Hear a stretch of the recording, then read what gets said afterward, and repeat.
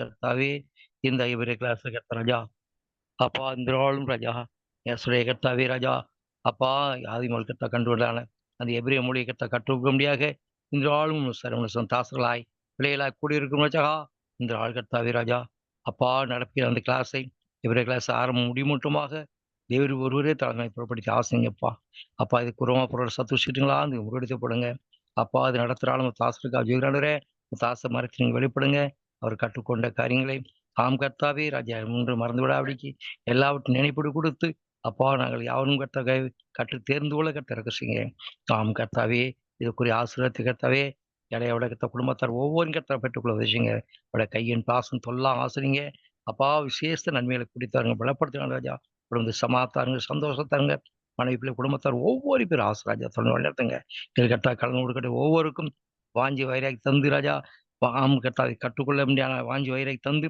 கற்றுக்கொண்டு அதனுடைய தேர்ச்சி பெற கற்று உதவிச்சுங்க நேசாமே பரிசுத்தாமே ஒவ்வொரு மரத்தை வெளிப்படுங்க அப்பா கர்த்தா எந்த ஒரு நெட் ப்ராப்ளமோ எந்த ஒரு டவர் ப்ராப்ளம் ஆடிக்கு பஞ்சுகரி யாருக்கு கிடைக்க உதவிச்சுங்க ஆரம்பம் முதல் முடிவு மட்டுமாக பிரச்சனை ஆசிரிக்க முடியாய் எங்கள் மேற்பசமாய் இயேசு கிறிஸ்து நாமத்தில் நின்றோம் பரிசுத்தமுள்ள மேம்பட்டாவே ஆமென் ஆமென் ஹல்லேலூயா ஹல்லேலூயா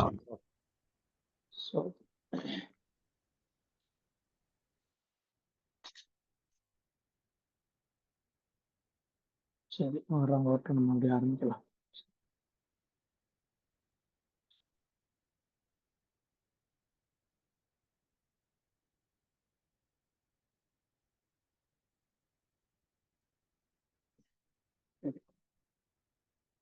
ஏசாயா 54:5 நிற்கிறோம். ஏசாயா 54:5 வசனத்தை மறுபடியும் வாசிச்சிடலாமா? 54:5 வாசி.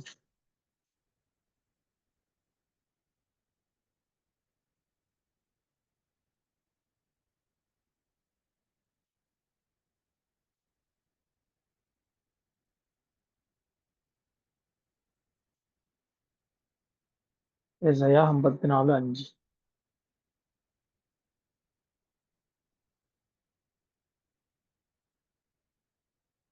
உன் சிருஷ்டிகரே உன் நாயகர், சேனைகளின் கர்த்தர் என்பது அவருடைய நாமம். இஸ்ரவேலின் பரிசுத்தர், உன் மீட்பர், அவர் சர்வபூமியின் தேவன் எனப்படுவார் அப்படின்னு வாசிக்கிறோமா? உன் சிருஷ்டிகரே உன் நாயகர் அப்படின்னு தமிழ்ல வாசிக்கிறோம். எபிரேயத்துல உன்னை உருவாக்கினவரே உன் புருஷன், உன்னுடைய கணவன் அப்படின்னு தான் இருக்கு ஒரிஜினல். சரியா? உன்னை உருவாக்கினவரே உன்னுடைய புருஷன் அப்படிங்கிறது இருக்கிறது மாத்திரம் இல்ல, அதை 11 எழுத்துல வச்சிருக்காரு. மணவாளனா நமக்கு சிருஷ்டிக்கிற வேதம் காண்பிக்குது. 3 வார்த்தை 11 எழுத்துல இருக்குன்னு பார்த்தோம். சரியா? நமக்கு நாம அவருடைய ஆத்ம மனவாட்டியா இருக்கிறோம். அதுக்கு இந்த 3 வார்த்தைக்கும் முதல் எழுத்து சிங்கிள் மட்டும் ஃபர்ஸ்ட் லெட்டருக்கு போட்டோம்னா 11 வர்றதோட லாஸ்ட் கிளாஸ் முடிச்சோம். 11 சிருஷ்டிகரே உன் மணவாளன் அப்படிங்கிறதுக்கு, உன் நாயகர் அப்படிங்கிறதுக்கு அவர் 11 மணவாளன், நாம 11 மணவாட்டி. இப்ப நம்ம யார்? சபையாகிய நாம அவருக்கு மணவாட்டி, ஆத்மாவாகிய நாம அவருக்கு சரீரமா இருக்கிறோம், அவருக்கு ஆத்ம ஜோடியா இருக்கிறோம். அதான் அதுல இருக்கிற சத்தியம். அந்த 3 வார்த்தைகளுக்கும் ஆர்டினல் கார்டினல் போட்டீங்கன்னா எழுதிங்க. ஆர்டினல் கார்டினல் போட்டீங்கன்னா 130 562 130 ஆர்டினல் கார்டினல் 562 130 0 எடுத்தீங்கன்னா 13, 562 5 + 6 + 2 சிங்கிள்ல கூட்டினீங்கன்னா 13 13 13 26 26னா கர்த்தர். கர்த்தரே நம்முடைய சிருஷ்டிகர். எழுதிக்க. 130 562 13 13 பிரிச்சுக்கங்க. 13 13 26 26ங்கிறது யோதுகே வாவுகே கர்த்தர். அடுத்தது அந்த ரெண்டையும் கூட்டிருங்க. 130 562 கூட்டினீங்கன்னா 692. 692 பிரேக் பண்ணணும். 611 plus 53 plus 14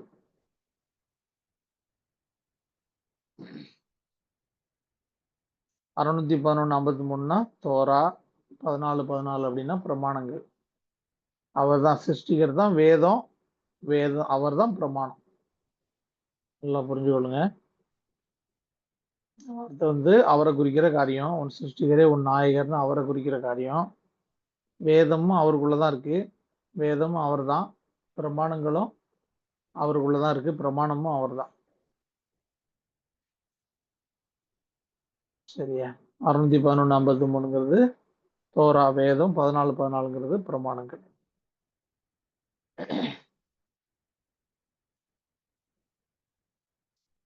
ordinal cardinal single போட்டீங்கன்னா 22 13. Ordinal cardinal single 22 13 கூட்டிருங்க 35. 35 பிரேக் பண்ணீங்கன்னா 29 பிளஸ் 6. 29 முந்தினவர், 6 பிந்தினவர்.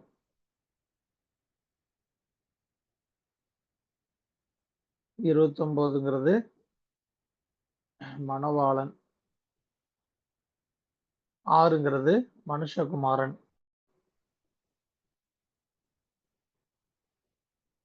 சரியா? 29ங்கிறது வார்த்தையாகிய கர்த்தர். இவர் 6ங்கிறது மாம்சத்தில் வெளிப்பட்டவர். அதே வார்த்தைக்கு சிங்கிள் வேல்யூ போட்டீங்கன்னா 31 32 62. 31 62. 62ங்கிறது பென் குமாரனை குறிக்கிறது. 62 பிரேக் பண்ணிருங்க. 22 ஹெப்ராயிக், 29 ரபானிகள், 11 மெசியானிக்.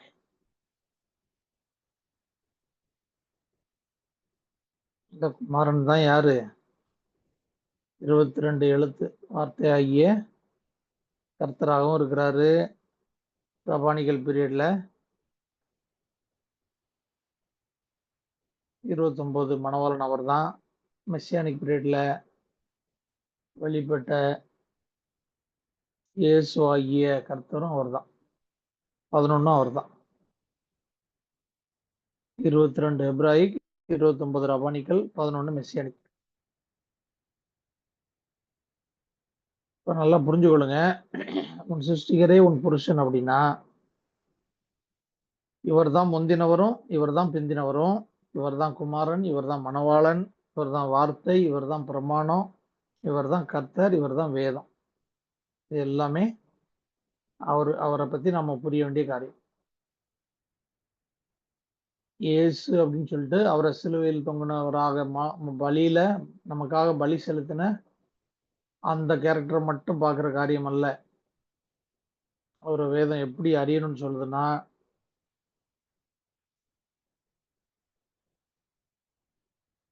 உயிர் தெழுந்த பின்பு இருக்கிறார் பாருங்க, அதுதான் சபை அதிகமா அறியணும். மாம்சத்தில் வெளிப்பட்டது நம்முடைய பாவ மன்னிப்புக்காக.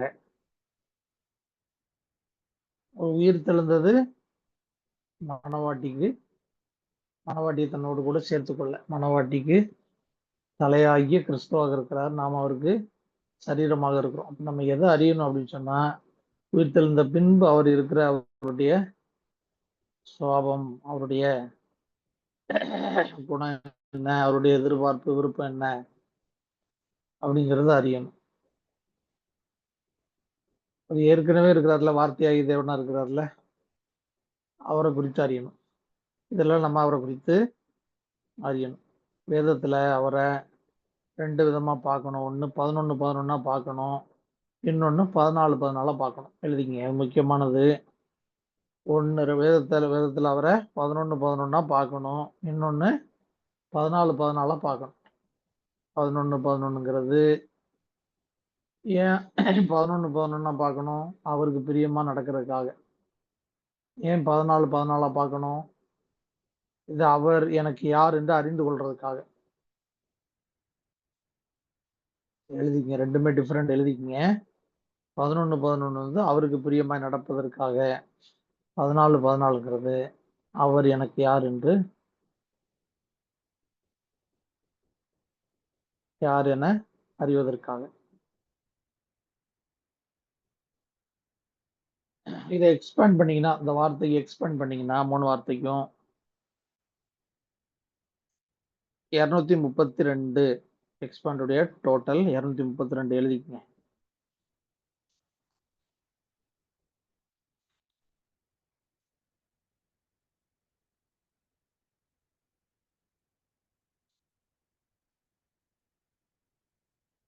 நூத்தி 116 முதல் 3 வார்த்தைக்கு எக்ஸ்பேண்ட் வந்து 116 232 சிங்கிள் வந்து 35 70 232ங்கிறத பிரேக் பண்ணிக்கங்க. 110 12 ஆலயத்தையும் தோராவையும் குறித்த உபதேசம். 110 ஆலயம் தோரா அப்படிங்கிற வார்த்தைக்கு போட்டீங்கன்னா 110 தான் வரும் விரயத்துல. அதை குறித்த உபதேசம் தான் 12. அப்போ இதுதான் ஆபிரகாமின் ஆசீர்வாதத்துல ஆண்டவர் கொடுத்த காரியம், இந்த ஆலயமும் தோராவும் தான்.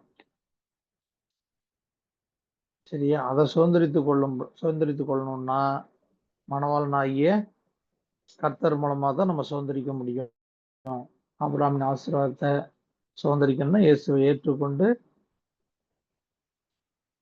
அவர் அறிந்தாதான், வார்த்தையில அவரை சத்தியத்தை அறிந்தாதான் முடியும். நல்லா புரிஞ்சு கொள்ளுங்க. 35 சிங்கிள் டு சிங்கிள் வந்து எக்ஸ்பேண்ட் வந்து 35 70. இது வந்து இப்ப உன் சிருஷ்டிகர் உன் நாயகருக்கு 35 வந்திருக்கா.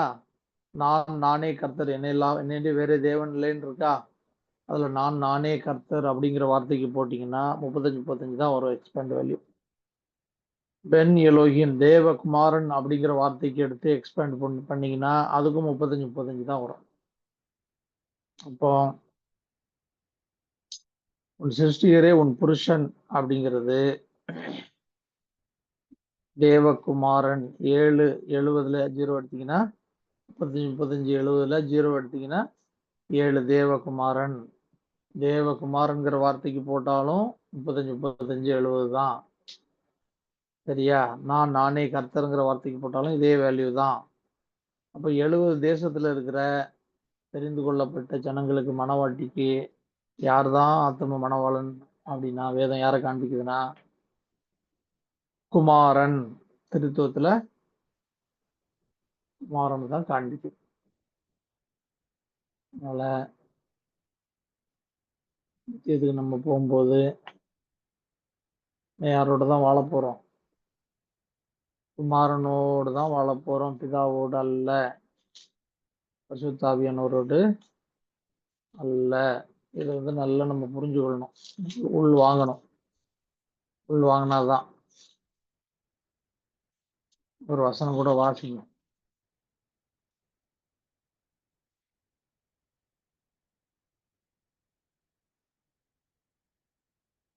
1 கொரிந்தியர் 15 27 28 வாசி. 1 கொரிந்தியர் 15 27 28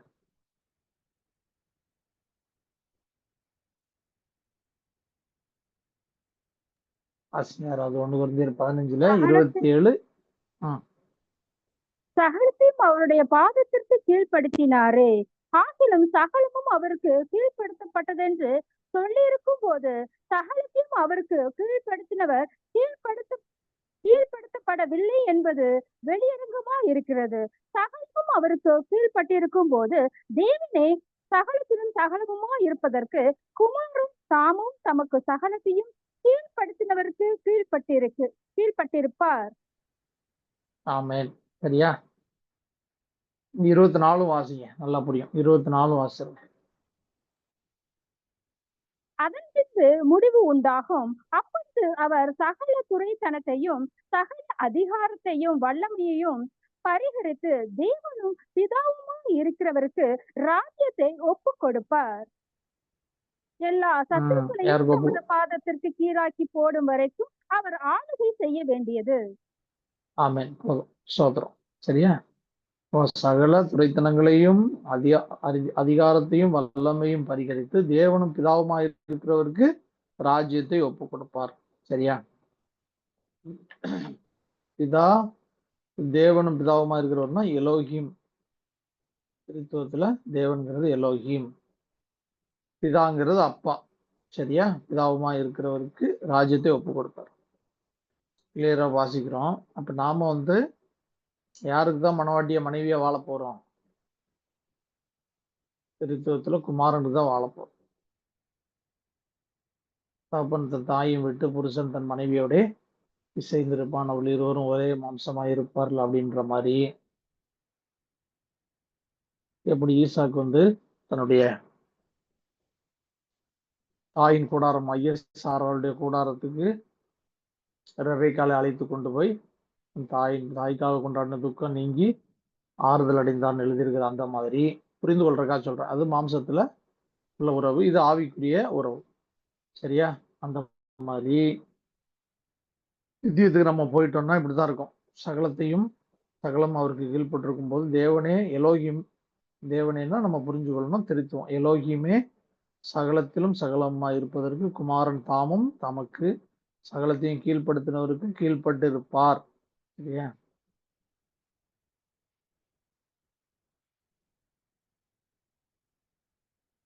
சபையும் கிறிஸ்துவும் ஒன்றித்திருப்பாங்க.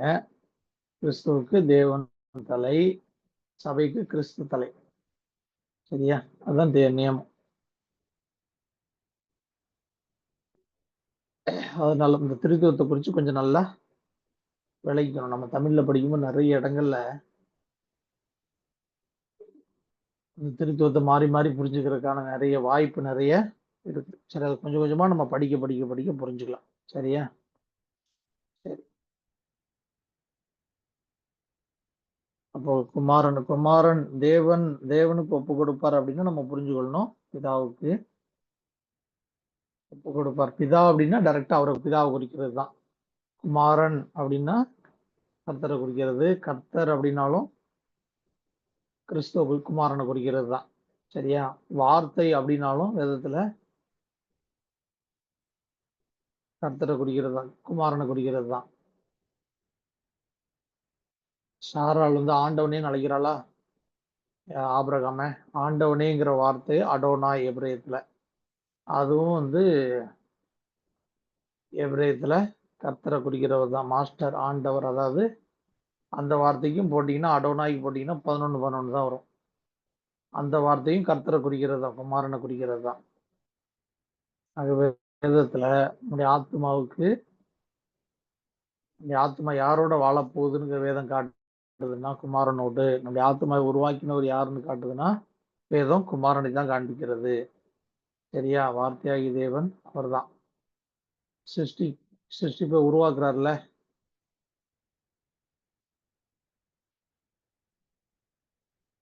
அதுலயும் அவரை தான் காண்பிக்குது வேதம். வெளிச்சம் உண்டாக கிடவுது அப்படின்னு பேசுறாருல, அது குமாரன் தான். அதுதான் நம்ம நிருபத்துல வாசிக்கிறோம். சகலமும் அவரை கொண்டு அவர் மூலமாக அவருக்கென்று சிருஷ்டிக்கப்பட்டிருக்கிறோம், அவருக்காக சிருஷ்டிக்கப்பட்டிருக்கிறது, நாமும் அவருக்காக சிருஷ்டிக்கப்பட்டிருக்கிறோம் அப்படிங்கிற வார்த்தை உண்மையானது. அவர் சிருஷ்டிப்பு அவரை கொண்டுதான், சரித்துவத்துல அவரை கொண்டுதான் செஞ்சிருக்காங்க. தேவன் அவரை கொண்டுதான் செஞ்சிருக்காங்க. சரியா? எண்ணாகமம் 11:25 ஒருத்தர் வாசிக்கிறீங்களா? எண்ணாகமம் 11:25.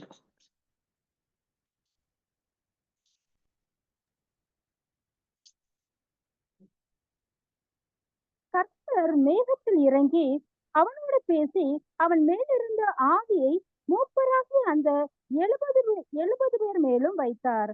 அந்த ஆவி அவர்கள் மேல் தங்கின மாத்திரத்தில் தீர்க்க தரிசனம் சொன்னார்கள், சொல்லி பின்பு ஓய்ந்தார்கள்.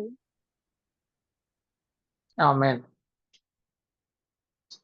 மேகத்தின் மேல் இறங்கி அவனோட பேசி அவன் மேல் இருந்த ஆவியை மூப்பராகி அந்த 70 பேர் மேலும் வைத்தார். அந்த ஆவி அவர்கள் மேல் தங்கின மாத்திரத்தில் தீர்க்கதரிசனம் சொன்னார்கள், சொல்லி பின்பு ஓய்ந்தார்கள். வாசிக்கிறோமா? அது கொஞ்சம் எபிரேயத்துல பார்த்துருக்கோம்.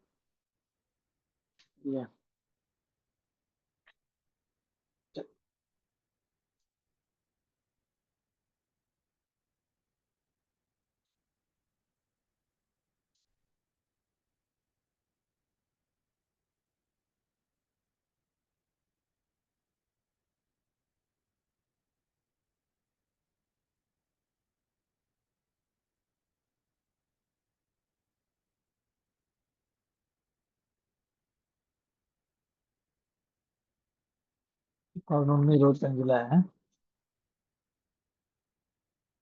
கர்த்தர் மேகத்தில் இறங்கி அவனுடைய பேசி அப்படிங்கிற வார்த்தைக்கு மாத்திரம் 1 2 3 4 5 வார்த்தை. சரியா? 5 வார்த்தையில அவனோடே அப்படிங்கிறத மட்டும் எடுத்துட்டு கர்த்தர் மேகத்தில் இறங்கி பேசி அப்படிங்கிறது முதல் 4 வார்த்தை எழுதிக்கங்க. முதல் 4 வார்த்தைக்கும் ஆடில் கார்டில் எழுதிக்கங்க. கர்த்தர் மேகத்தில் இறங்கி பேசி அப்படிங்கிறது தான் முதல் 4 வார்த்தை. அதுக்கு ஆர்டினல் டோட்டல் வந்து 794 794 எழுதிக்கங்க. ஆர்டினல் டோட்டல் வந்து 794. அதை பிரேக் பண்ணீங்கன்னா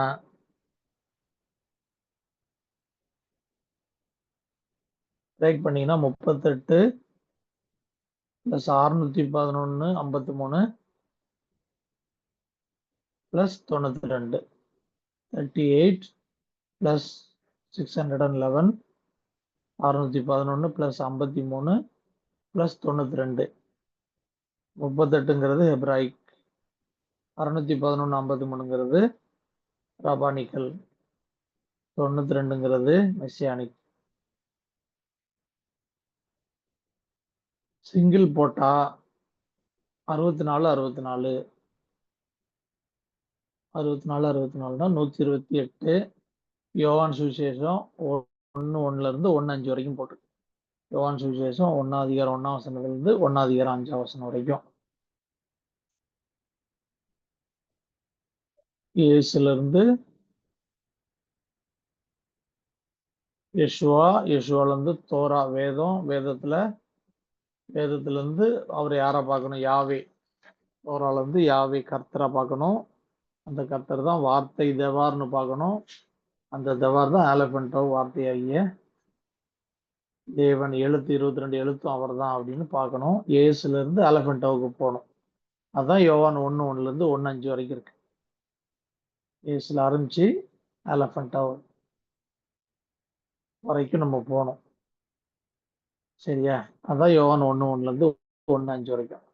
சிங்கிள் டு சிங்கிள் பார்த்தீங்கன்னா 28 58 56 28 28 56ங்கிறது 26 + 30ன்னு பிரேக் பண்ணிக்கோங்க. கர்த்தரை பற்றிய உபதேசம்.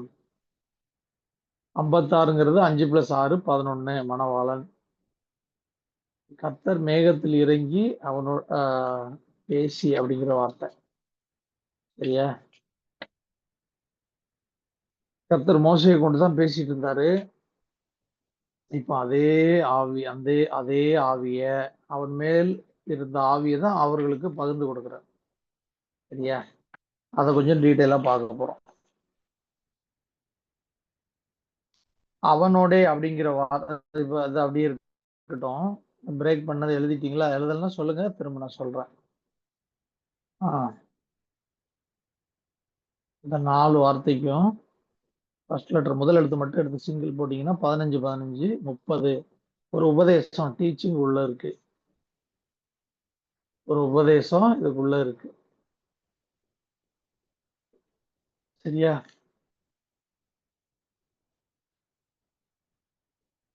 இந்த 5வது வார்த்தைக்கு மட்டும் தனியா எடுப்போம். அவனோடே அப்படிங்கிறதுக்கு தனியா எழுதிக்கங்க. அவனோடே அப்படிங்கிறது 5வது வார்த்தை. அதுக்கு ஆர்டினல் வந்து 29 47 29 47 போட்டீங்கன்னா 76. 76 பிரேக் பண்ணிக்கங்க.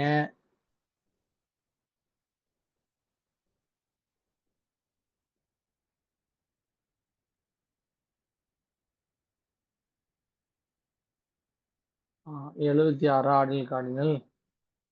அதாவது 29 47 தான். அதாவது 2 + 9 11 4 + 7 11 11 அடிப்படையில் தான் அவனோட பேசுறார். அவனோட பேசி அப்படின்னா அவனோடங்கிறது இங்க எப்படி காண்பிக்கப்படுது? மணவாட்டியோட பேசி. அதாவது சிங்கிள் போட்டிங்கனாலும் அந்த அவனோடங்கிற வார்த்தை மோசையோட அதான் அவனோடன்னு சொல்லப்படுது. அந்த வார்த்தைக்கு சிங்கிள் 11 11 தான். 5வது வார்த்தைக்கு சிங்கிள் 11 11 ஆர்டினல் 29 47. அப்போ 11 11 அடிப்படையில் தான் அவனோட பேசுறாரு. அதே அடிப்படையில தான் அந்த 70 பேர் மேலும் அவருடைய ஆவிய வைக்கிறாரு. ஏன்னா அந்த 70 பேரோடு அவர் மேல் அவர்கள் மேல வைக்கிற அந்த ஆவியை எப்படி எதன் அடிப்படையில் தான் வைக்கிறாரு? 11 எப்படி மோசையோடே 11 அடிப்படையில் வைக்கிறாரோ அதே மாதிரி அந்த மணவாட்டிங்கிற தகுதியின் அடிப்படையில் தான் அவர்கள் மேலே வைக்கிறார். சரியா? அதை எழுதிக்கிங்க. இந்த 5வது வார்த்தைக்கு எக்ஸ்பேண்ட் பண்ணீங்கன்னா 47 47 94 எழுதிங்க. 5வது வார்த்தைக்கு மட்டும் எக்ஸ்பேண்ட் பண்ணா 47 47 94 அதை பிரேக் பண்ணீங்கன்னா 22 38 + 34 22 + 38 + 34 சரியா? 22ங்கிறது ஆலபென்டோ, 38ங்கிறது அவனோட, 22ங்கிறது இதுல போட்டுங்க, 11 போட்டுங்க. 38ங்கிறது 19 போட்டுக்குங்க. 34ங்கிறது ஆல் ஸ்பிரிச்சுவல் 17 17.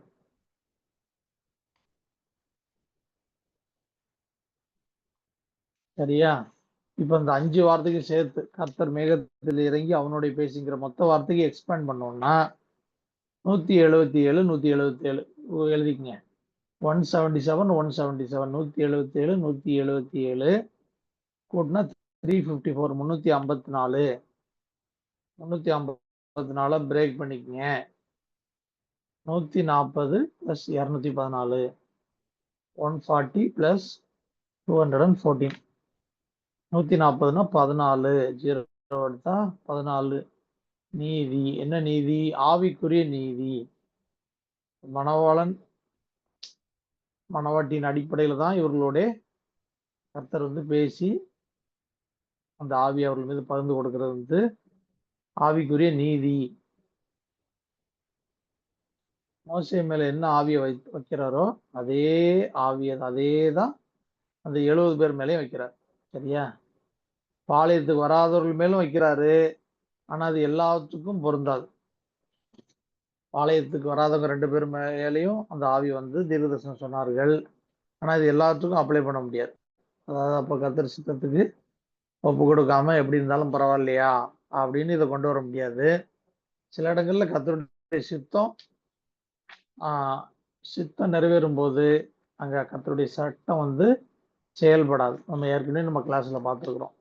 கர்த்தருடைய சித்தம் சில இடத்துல நிறைவேறும் போது கர்த்தருடைய சட்டம் அங்க செயல்படாது. அப்ப சித்தம்னா என்ன, சட்டம்னா என்னங்கிறது நம்ம புரிஞ்சுக்கணும். ஏற்கனவே பார்த்துருக்குறோம். பாவத்தின் சம்பளம் மரணம், அதான் சித்தம். சரி, அதான் சட்டம்.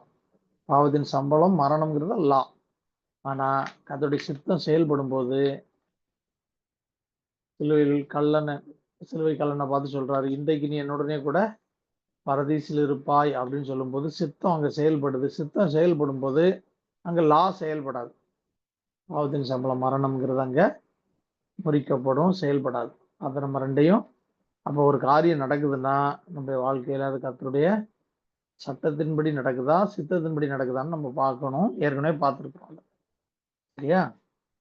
அப்போ இந்த 4 வார்த்தைக்கு எக்ஸ்பேண்ட் பண்ணீங்கன்னா சரி பார்த்துட்டோம். 177 177 எக்ஸ்பேண்ட் சிங்கிள் டு சிங்கிள் 78 78 78 78 எழுதிக்கங்க. 78ங்கிறது ஒரு 78ங்கிறது 39 39 புதிய உடன்படிக்கை. புதிய உடன்படிக்கைங்கிற எபிரேய வார்த்தைக்கு போட்டீங்கன்னா 39 39 78 தான் வரும். சரியா? ஹாபெரித் ஹாகதேஷாக் புதுப்பிக்கப்பட்ட உடன்படிக்கை. இன்னொரு 78ங்கிறது பிசாசின் தலை. எழுதிக்கங்க. பிசாசின் தலை சாத்தான் அப்படின்னு எபிரேயத்துல எழுதி எக்ஸ்பேண்ட் பண்ணீங்கன்னா அதுக்கு 78 தான் வரும். அப்போ சாத்தான் அப்படிங்கிறது சேட்டன், சாத்தானுக்கு எழுதி அதுக்கு எக்ஸ்பேண்ட் பண்ணா 78 தான் வரும். புதிய உடன்படிக்கைனாலும் 78 தான். அப்போ புதிய உடன்படிக்கைன்னா என்னங்கிறத புரிஞ்சுக்குங்க. சாத்தானின் அதிகாரத்தை ஜெயிக்கிறது தான் புதிய உடன்படிக்கை. சாத்தானின் அதிகாரத்தை ஜெயிப்பது தான் புதிய உடன்படிக்கையில தான் ஸ்டார்ட் ஆகுது. எழுதிங்க. 39 78ங்கிறது ஒரு 39 39 புதிய உடன்படிக்கை. இன்னொரு 39 இன்னொரு 78ங்கிறது பிசாசின் தலைன்னு போட்டு சாத்தானின் அதிகாரத்தை ஜெயிக்கிறது தான், அதாவது சாத்தானின் அதிகாரத்தை ஜெயித்து தான் புதிய உடன்படிக்கை ஸ்டார்ட் ஆகுது. அவரும் தலையை நசுக்குவார் அப்படின்ட்டு கர்த்தராகிய இயேசு கிறிஸ்து, அதுக்கு நீங்க அந்த வார்த்தைக்கு போட்டீங்கனாலும் இயேசு அந்த வார்த்தைக்கு 2-3 வார்த்தை வரும். அது பாவம், சாத்தான், இந்த வார்த்தைக்கெல்லாம் போட்டு இயேசு இன்னும் 2-3 வார்த்தைலாம் வரும், டக்குன்னு ஞாபகம் வரல. அதுக்கெல்லாம் போட்டீங்கன்னா ரெண்டுக்கும் ஒரே வேல்யூ வரும். அது என்ன அர்த்தம்னா, பாவத்தை ஜெயிக்கிறது தான் இயேசுனுடைய சிலுவை மரணம். சாத்தான் தலையை நசுக்கிறது தான் இயேசுனுடைய சிலுவை மரணம். அதுல இருந்து தான் புதிய உடன்படிக்கை ஸ்டார்ட் ஆகுது. சரியா? நல்லா புரிஞ்சு கொள்ளுங்க. சாத்தான் அதிகாரத்தை முறியடித்து தான் புதிய உடன்படிக்கை ஸ்டார்ட் ஆகுது. அவரும் தலையை நசுக்குவார், அதை அவர் செஞ்சு முடிச்சிட்டாரு. இப்ப நாம அவரை போல ஜெயம் கொண்டவர்களா மாறணும். இன்னைக்கு கிறிஸ்தவத்தை எப்படி கொண்டு போயிட்டாங்க அப்படின்னா, வெற்றி, எல்லாத்துலயும் வெற்றி பெற்றாதான் நல்ல கிறிஸ்தவ வாழ்க்கை, நல்ல ஆசீர்வாதமான வாழ்க்கை வாழ்ந்தாதான், நல்ல செழிப்பான வாழ்க்கை வாழ்ந்தாதான் அதுதான் ஜெயித்ததுக்கு அடையாளம், அதுதான் வெற்றி, கிறிஸ்தவத்தின் வெற்றி, அதுதான் அந்த மாதிரி கொண்டு போயிட்டாங்க. ஆனா அப்படி இல்லை. வெற்றிங்கிறது கிறிஸ்தவ வாழ்க்கை இல்ல, சுமப்பதுதான் கிறிஸ்தவ வாழ்க்கை. அவருடைய சித்தத்தை நம் மீது ஏற்றுக்கொண்டு அவர் நமக்கு நியமித்த பாடுகளை அல்லது சிலுவையை சுமப்பதுதான் கிறிஸ்தவ வாழ்க்கை. அதன் மூலமா கிடைக்கிறது தான் ஜெயம். கிறிஸ்தவ வாழ்க்கைங்கிறது என்ன நினைச்சிடக்கூடாது, நல்ல ஆசீர்வாதமா வாழ்ந்தாதான் கர்த்தருக்குள்ள இருக்காங்க அப்படிங்கிறது இல்ல. என்னை பின்பற்றி வர விரும்பினால் தன்னைத்தான் வெறுத்து சிலுவை எடுத்துக்கொண்டு என்னை பின்பற்றி வர வேண்டும் தான் இயேசு சொன்னார். அவருடைய சித்தத்தை ஏற்றுக்கொண்டு அனுதினம் அதை சுமக்கிறது தான் கிறிஸ்தவ வாழ்க்கை. அதுல இருந்தா ஓவர் கமர்ஸ், ஜெயம் கொண்டவர்களா வர முடியும். சரியா? அதுல இருந்தா ஜெயம் கொண்டவர்களா வர முடியும்.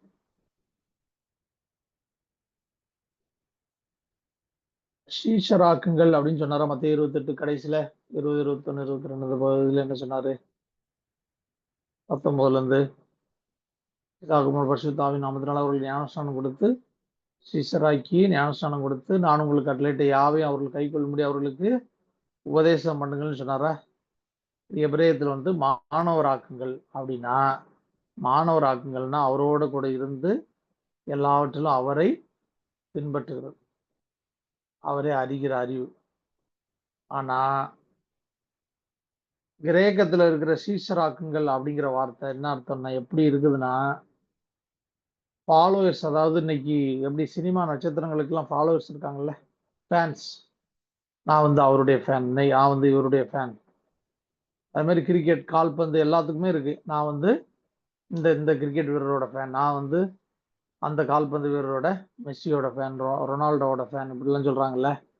அதே மாதிரி நிறைய ஃபேன்ஸ் இருக்காங்க கிறிஸ்தவத்துல. அது கிறிஸ்தவத்துக்கு ஆண்டவர் அப்படி அழைக்கல. அதாவது அவரை வெறுமனே நம்புகிறவர்கள், வெறுமனே பின்பற்றுகிறவர்கள் அவருக்கு தேவையில்லை. அவரை அறிகிற அறிவு தான் நமக்கு நித்திய ஜீவன். வேதம் சொல்லுது, ஒன்றான மெய்தேவனாகிய உம்மையும், ஒன்றான எலோகிமாகிய உம்மையும், ஒன்றான திரித்துவமாகிய உம்மையும் நீர் அனுப்பின இயேசு கிறிஸ்துவையும் அறிகிற அறிவே நித்திய ஜீவன். அப்படின்னா மாணவராக்குங்கள் அப்படின்னா அதனுடைய உண்மையான அர்த்தம், சீஷராக்குங்கள்ங்கிறது உண்மையான அர்த்தம் என்னன்னா, அவரோட கூட இருந்து எல்லாவற்றிலும் அவரை பின்பற்றுகிறது. இதுல அவர் யாரு, அவருடைய சுவாபம் என்ன, அவருடைய எதிர்பார்ப்பு என்ன, எல்லாம் நமக்கு தெரியணும். ஆனா வெறுமனே ஃபாலோ பண்ணா, ஃபேன்ஸா இருந்தா, வெறுமனே அவரை விசுவாசிக்கிறவர்களா இருந்தா அது தேவையில்லை. அவருடைய சுவாபம் என்னன்னு தேவையில்லை, அவர் எதை எதிர்பார்க்கிறாரு, எதை வெறுக்கிறாருங்கிறதுலாம் தேவையில்லை. ஜஸ்ட் ஃபாலோ பண்ணிட்டு, இப்ப இந்த ஃபேன்ஸ் இருக்காங்க, அவங்களுடைய சுவாபம் அவங்களுக்கு ஏதாவது சம்மந்தம் இருக்குதா? எதுவுமே பார்க்க மாட்டாங்க. இவங்க சுவாபம் என்னன்னு அவங்களுக்கு தேவையில்லை, அவருடைய சுவாபம் என்னன்னு இவங்களுக்கு தேவையில்லை, ஜஸ்ட் ஃபாலோ பண்றாங்க. அது மாதிரி இல்லை கிறிஸ்தவம். கிறிஸ்தவங்கிறது அவரை அறிகிற அறிவு. ஒருவன் என்னை பின்பற்றி வர மனதா இருந்தால், என்னில் அன்பா இருந்தால் அவர் நிலைத்திருக்கிறேன் என்று சொல்கிறவன் அவர் நடந்தபடியே தானும் நடக்க கடவன். அப்படி வாழ்றதுதான் கிறிஸ்தவ வாழ்க்கை. ஆனா இன்னைக்கு எப்படி கொண்டு போயிட்டாங்கன்னா, இயேசு விசுவாசித்தா பரலோகம் போயிடலான்னு சொன்னாங்க பாருங்க. அங்கதான் பெரிய பிரச்சனை. அப்படி சொல்லி சபையில திரளான ஆட்களை கூட்டி சேர்க்கும் போது சத்தியத்தின் ஒரு பகுதியை சொல்றோம், இன்னொரு பகுதியை சொல்ல மாட்டேங்கிறாங்க. என்னன்னா, விசுவாசிக்கும் போது நீ விசுவாசித்து ஏற்றுக்கொள்ளலாம். ஆனா அவர் உன்னை ஏற்றுக்கொண்டாதான் பரலோகம் போக முடியுங்கிறத தெளிவா சொன்னா வரும்போதே நிறைய ஃபில்டர் ஆயிரும்.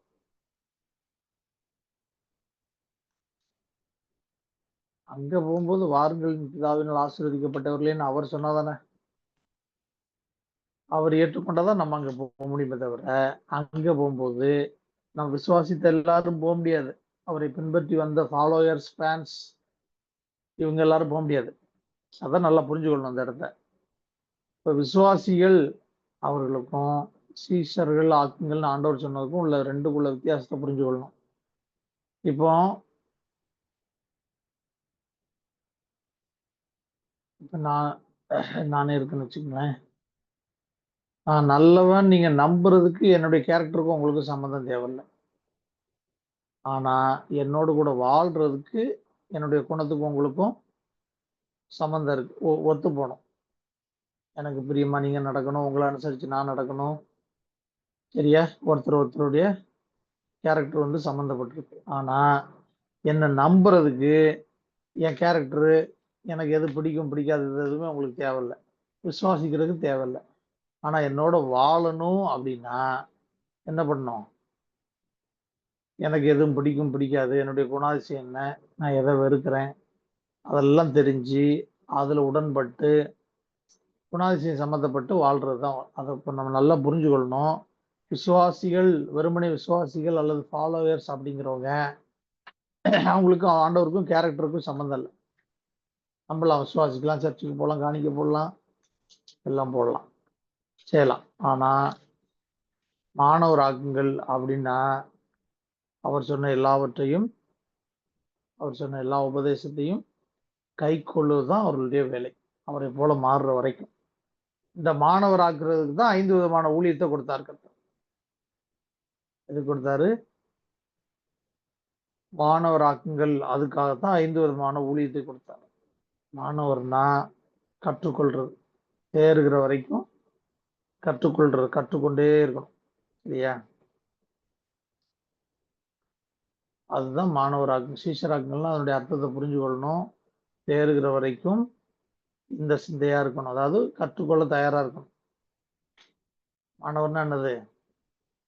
தேறுகிற வரைக்கும் கற்றுக்கொண்டே இருக்கணும். சரியா?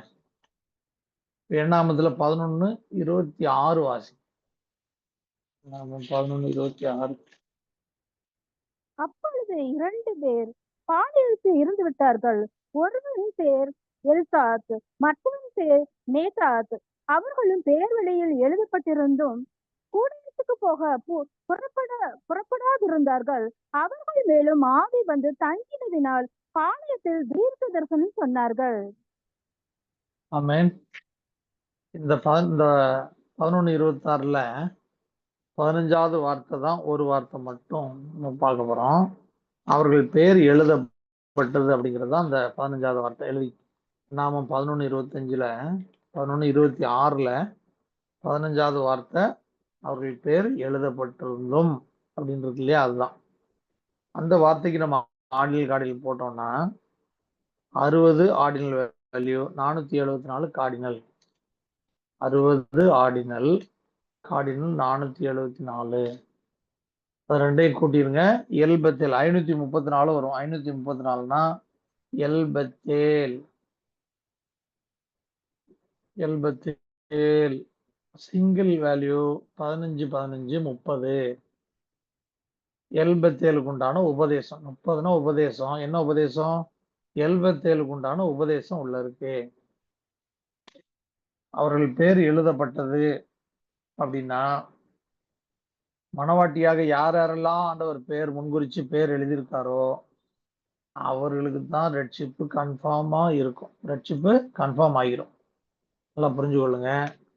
இவர்களுடைய பேர் எழுதப்பட்டிருந்ததுனால இவர்கள் மேலும் கர்த்தருடைய ஆவி இறங்கி தீர்க்கதரிசனம் சொன்னாங்க.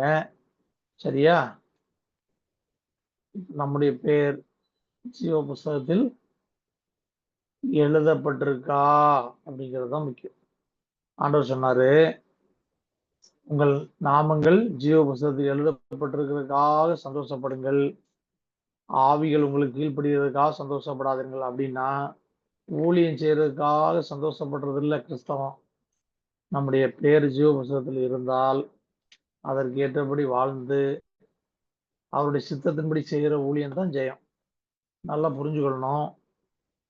ஆவிகள் நம்ம கீழ்ப்படுகிறதுக்காக சந்தோஷப்படுறது இல்லை கிறிஸ்தவ வாழ்க்கை. நம்முடைய நாமங்கள் பரலோகத்தில் எழுதி இருக்கிறதுக்காக சந்தோஷப்படுற வாழ்க்கை. 534ங்கிறது எல்பத்தேல். இப்போ எல்பத்தேல், அதாவது இதைத்தான் புதிய ஏற்பாட்டில் சொல்றாரு பவுல். எவர்கள் பேர் ஜீவ புஸ்தகத்தில் எழுதப்பட்டிருக்கிறதோ அவர்கள் தான் விசுவாசிப்பார்கள் அப்படிங்கிறது இந்த சத்தியத்தை அங்க சொல்றாரு. அப்போஸ்தலர் நடவடிக்கைகள் 13:48 வாசிங்க. அப்போஸ்தலர் நடவடிக்கைகள் 13:48. புறஜாதியார் அதை கேட்டு சந்தோஷப்பட்டு கர்த்தருடைய வசனத்தை மகிமைப்படுத்தினார்கள். நித்திய ஜீவனுக்கு நியமிக்கப்பட்டவர்கள் எவர்களோ அவர்கள் விசுவாசித்தார்கள். நித்திய ஜீவனுக்கு நியமிக்கப்பட்டவர்கள் அப்படின்னா, நியமிக்கப்பட்டவர்கள்னா மனவாட்டின்னு அர்த்தம். நியமிக்கப்பட்டவர்கள் எவர்களோ அவர்கள் தான் விசுவாசித்தார்களாம். விசுவாசிக்கிறதை யார் தான் விசுவாசிக்கிறாங்க? நித்திய ஜீவனுக்கு நியமிக்கப்பட்டவர்கள் தான். அதாவது நியமித்தேன், அதாவது இந்த நித்திய விவாகத்துக்குன்னு உன்னை நியமித்தேன் அப்படின்னு சொல்றாரு இல்லையா? அந்த நிச்சயம் அப்படிங்கிற வார்த்தையே எபிரேயத்துல பழைய ஏற்பாட்டுல 11 இடத்துல தான் இருக்கு. எத்தனை தடவை இருக்கு? நிச்சயதார்த்தம் அப்படிங்கிற வார்த்தையே 11 தடவை தான் இருக்கு. ஏன்னா எபிரேயத்துல யூத வழக்கத்தின்படி நிச்சயதார்த்தம் பண்ணியாச்சுன்னா அப்புறம்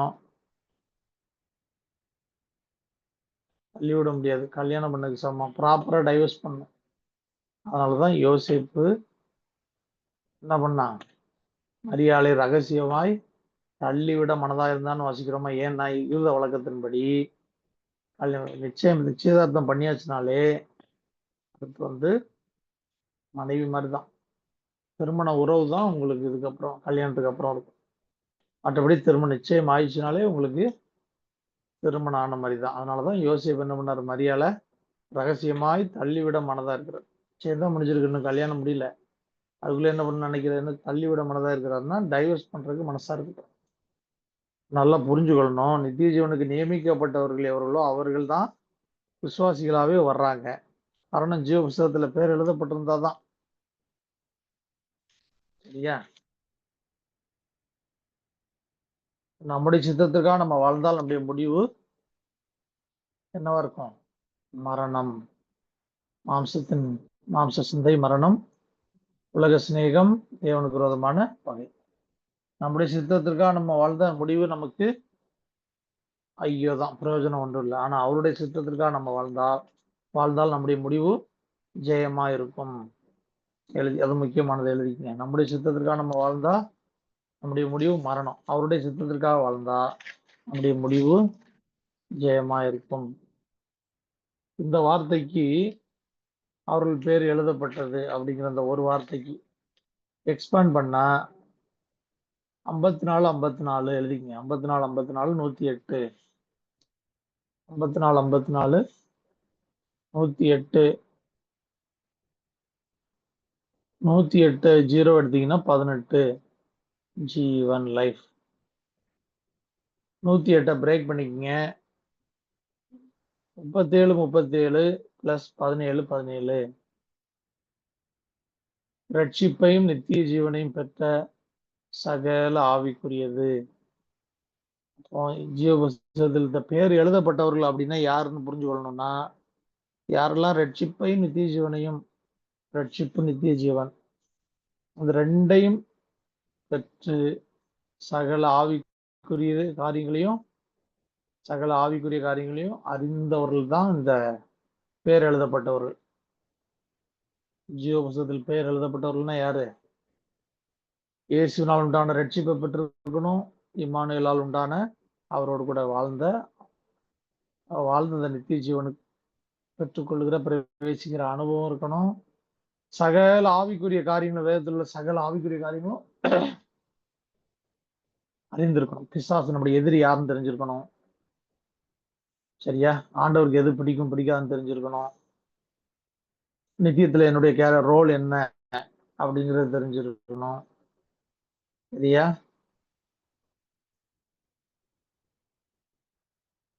அப்படிங்கறது தெரிஞ்சிருக்கணும். இதெல்லாம் தெரிஞ்சு அங்க போறதுதான் நித்தியத்துல. அப்படி போனாதான் ஜெயம் கொண்டவர்கள் அங்க போய் வாழ முடியும். நல்லா புரிஞ்சு கொள்ளுங்க. யூதர்களுடைய வழக்கத்தின்படி உங்களுக்கும் ஒரு பெண்ணுக்கும் இல்ல உங்களுக்கும் ஒரு கணவனுக்கும் நிச்சயம் ஆயிடுச்சுன்னு சொன்னா ஒரு புக்கு ஒண்ணு, அந்த திருமண சட்டம்னு ஒரு புக்கு கையில கொடுத்து படிக்க வச்சிரும். இந்த புருஷனுக்கு எதெல்லாம் பிடிக்கும், எதெல்லாம் பிடிக்காது, எப்படிலாம் அந்த பெண்ணு தன்னை தயார்படுத்திக்கணும், தன்னை ஆயத்தப்படுத்திக்கணும், இந்த புருஷனோட வாழ்வதற்கு எப்படிலாம் தன்னை தயார்படுத்திக்கணும்னு ஒரு ஒரு ஒழுங்குமுறை, ஒரு இது இருக்கு. சட்ட புத்தகம் மாதிரி ஒரு புக் இருக்கு. அதை கொடுத்துருவாங்க. அதை படிச்சு இந்த பெண்ணு ப்ரிப்பேர் ஆகிக்கணும். நமக்கு அந்த புக்கு தான் வேத புத்தகம். 66 புத்தகம் பைபிள் தான். அது அந்த புத்தகம் தான் நமக்கு வேதமா கொடுத்துருக்கு. ஆவிக்குரிய ஜனத்துக்கு, மனவாட்டிக்கு அதுதான் வேத புஸ்தகம். மாம்சத்துல யூதர்களுக்கு அந்த புத்தகத்தை கொடுத்து அவர்கள் படிச்சு புருஷனோடு வாழ்வதற்கு தங்களை தயார்படுத்திக் கொள்வாங்க. அந்த நிச்சயிக்கப்பட்டாச்சுன்னா அதுல இருந்து கல்யாணத்து வரைக்கும் தங்களை தயார்படுத்திக்குவோம். இப்ப நமக்கு நிச்சயிக்கப்பட்டிருக்கிறோம். தயார்படுத்துகிற காலம் தான் நம்ம ரகசிய வருகைக்கு வரைக்கும் உள்ள காலம். இப்ப நம்ம என்ன பண்ணோம்? அவர் யாரு, அவர் எப்படிப்பட்டவரு, அவருக்கு எது பிடிக்கும் பிடிக்காது அப்படின்னு அறிந்து அவரோடு கூட வாழ்றதுக்கு நம்ம பயிற்சி எடுக்கிறோம். நல்லா புரிஞ்சு கொள்ளுங்க.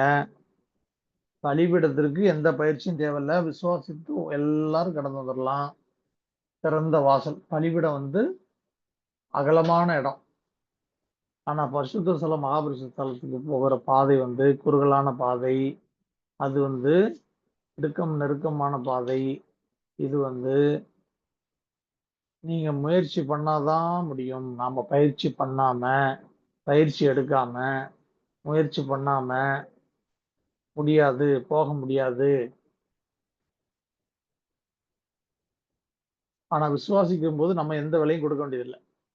விசுவாசிக்கிறோம், இலவசமா இவர் ரட்சிப்பை கொடுக்கிறாரு. அதுல நமக்கு நம்மகிட்ட ஆண்டவர் கனில எதிர்பார்க்கறது.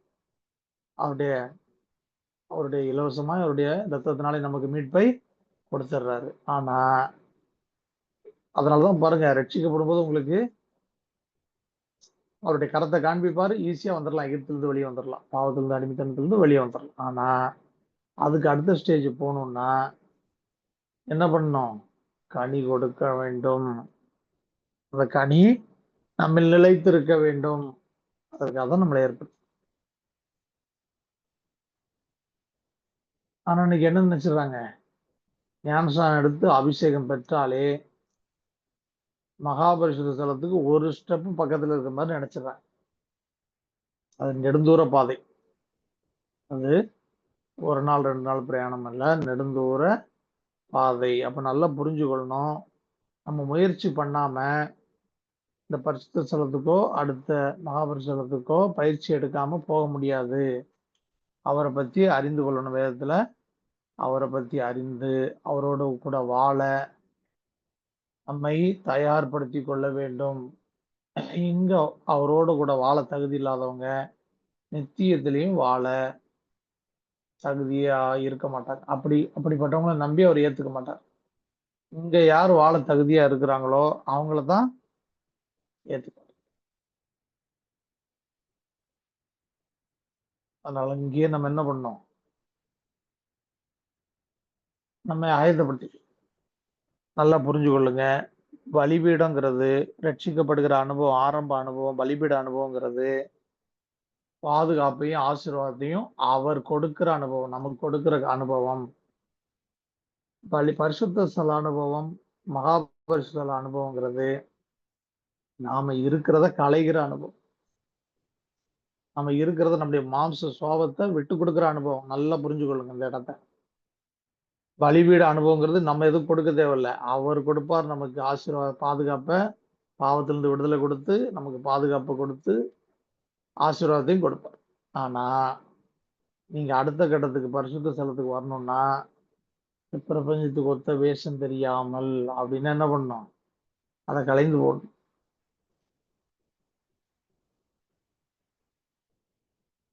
உங்கள் உள்ளத்தில் புதிதான ஆவி உள்ளவர்களாகி அப்படின்னு என்ன பண்ணணும்? பழைய மனுஷனையும் அவனுடைய செய்கைகளையும் கலைந்து போட்டுதான் உள்ளத்திலே புதிதான ஆவி உள்ளவர்களாகி மெய்யான நீதியிலும் பரிசுத்தத்திலும் தேவனுடைய சாயலால் சிருஷ்டிக்கப்பட்ட புதிய மனுஷனை தரித்து கொள்ள முடியும். அப்போ இது நம்முடைய மாம்ச சுவாபத்தை நாம விட்டு கொடுக்கணும். நம்முடைய மாம்ச சுவாபத்தை நாம கலைந்து போடணும். நாம தான் கலைந்து போடணும். அதுல அவர் கொடுத்தாரு. இதுல நமக்கு அவருக்காக நம்மை நாமே ஜீவ பலியா நம்ம தான் ஒப்பு கொடுக்கணும். நாம கலைந்து போடணும். நாம விரும்பி இது இடம் கொடுத்தாதான். இதுக்கு சுயம் தடுக்கும். அதனாலதான் கிறிஸ்தவ வாழ்க்கையில, ஆவிக்குரிய வாழ்க்கையில நம்மளுக்கு முதல் எதிரி நம்ம சுயம்தான். நமக்குள்ளாய் வேறுண்டி இருக்கிற இந்த சுயம் இருக்கு பாருங்க. ஒவ்வொருத்தருக்கும் ஒரு சுயம் இருக்கும். மாம்ச சுவாபம் இருக்கும். அந்த சுயம் நம்ம வேறுண்டி இருக்கும். அந்த வேறுண்டி இருக்கிறத கலைந்து போடுகிறது தான் மாம்சத்தின் சுவாபத்தை கலைந்து மாம்சத்தின் கிரியைகளை அழித்து ஆவினாலே ஜெயிக்கிற அனுபவம். இதுக்கு போகணும். இதுக்கு தான் இது நாம தான் செய்யணும். அதனாலதான் இது கஷ்டமா இருக்கும் எல்லாருக்கும். கிறிஸ்தவத்துல இந்த பாதையில போறவங்களுக்கு இது கடினமா இருக்கும். ஏன்னா இந்த சரீரம் எப்பவுமே நல்லா தெரிஞ்சு கொள்ளுங்க. எப்படி நல்லா சாப்பிடலாம், இந்த உலகத்தை எப்படி நல்லா அனுபவிக்கலாம் அப்படிங்கிறத குறிச்சுதான் கவலைப்படுமே தவிர இதயத்தை குறிச்சு கவலைப்படாது.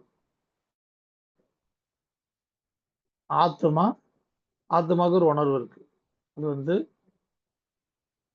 ஆவிக்குரிய காரியத்துக்காக கவலைப்படும். அதனாலதான் மாம்ச உணர்வு வேற, ஆவிக்குரிய உணர்வு வேற. அந்த ஆவிக்குரிய உணர்வுல தாங்க ஆயிட்டோம்னா இந்த மாம்ச உணர்வு என்ன பண்ணும்? தோத்து போயிடும். இந்த மாம்ச உணர்வு ஸ்ட்ராங்கா இருந்துச்சுன்னா ஆவிக்குரிய உணர்வு உள்ளான மனுஷன் தோத்து போயிடுவோம்.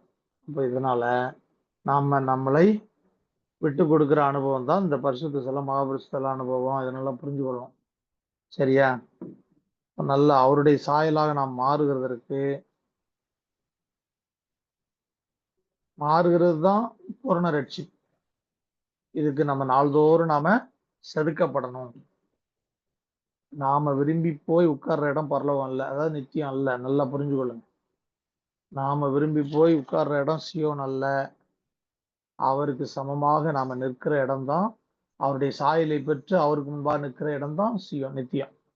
அப்போ அவருடைய சாயல் பரிசுத்தத்திலும் நீதியிலும் இருக்கு. நம்முடைய சாயலும் இப்படிதான் இருக்கணும். அவருக்கு ஒப்பான, சமமான, நிகரான சாயலை பெற்றுக்கொள்ளணும்னா இந்த அளவுக்கு போகணும் அப்படிங்கிறது அவங்கவுங்களுக்கு தான் நல்லா தெரியும். சரியா? அதனால நித்தியங்கிறது நாம ஆசைப்பட்ட இடத்துக்கு போய் உட்கார்ற மாதிரி அந்த மாதிரி இடம் இல்ல. அவருடைய ஆவிக்குரிய சாயலுக்கு சமமாக நாம அங்க போய் நிற்கணும். அப்படிப்பட்ட இடம் தான் நித்தியம். சரியா? ரோமர் 11:16-26 வரைக்கும் வாசி. இப்போ அந்த சிங்கிள் டு சிங்கிள் எழுதிக்கங்க ஒரு நிமிஷம். அந்த வார்த்தைக்கு எக்ஸ்பேண்ட் 54 பார்த்தோமா?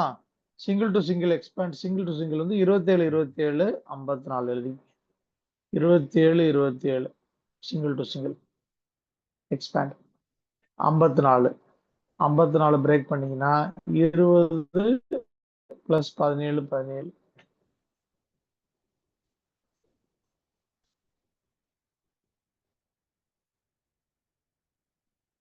20 + 17 20னா தலை, 17 சகல ஆவிக்குரிய காரியம். தலையாகிய கிறிஸ்துவை பற்றின சகல ஆவிக்குரிய காரியமும் இந்த யார் பேர்லாம் எழுதப்பட்டிருக்கோ ஜீவ புத்தகத்துல அவங்களுக்கு தெரிஞ்சிருக்கணும்.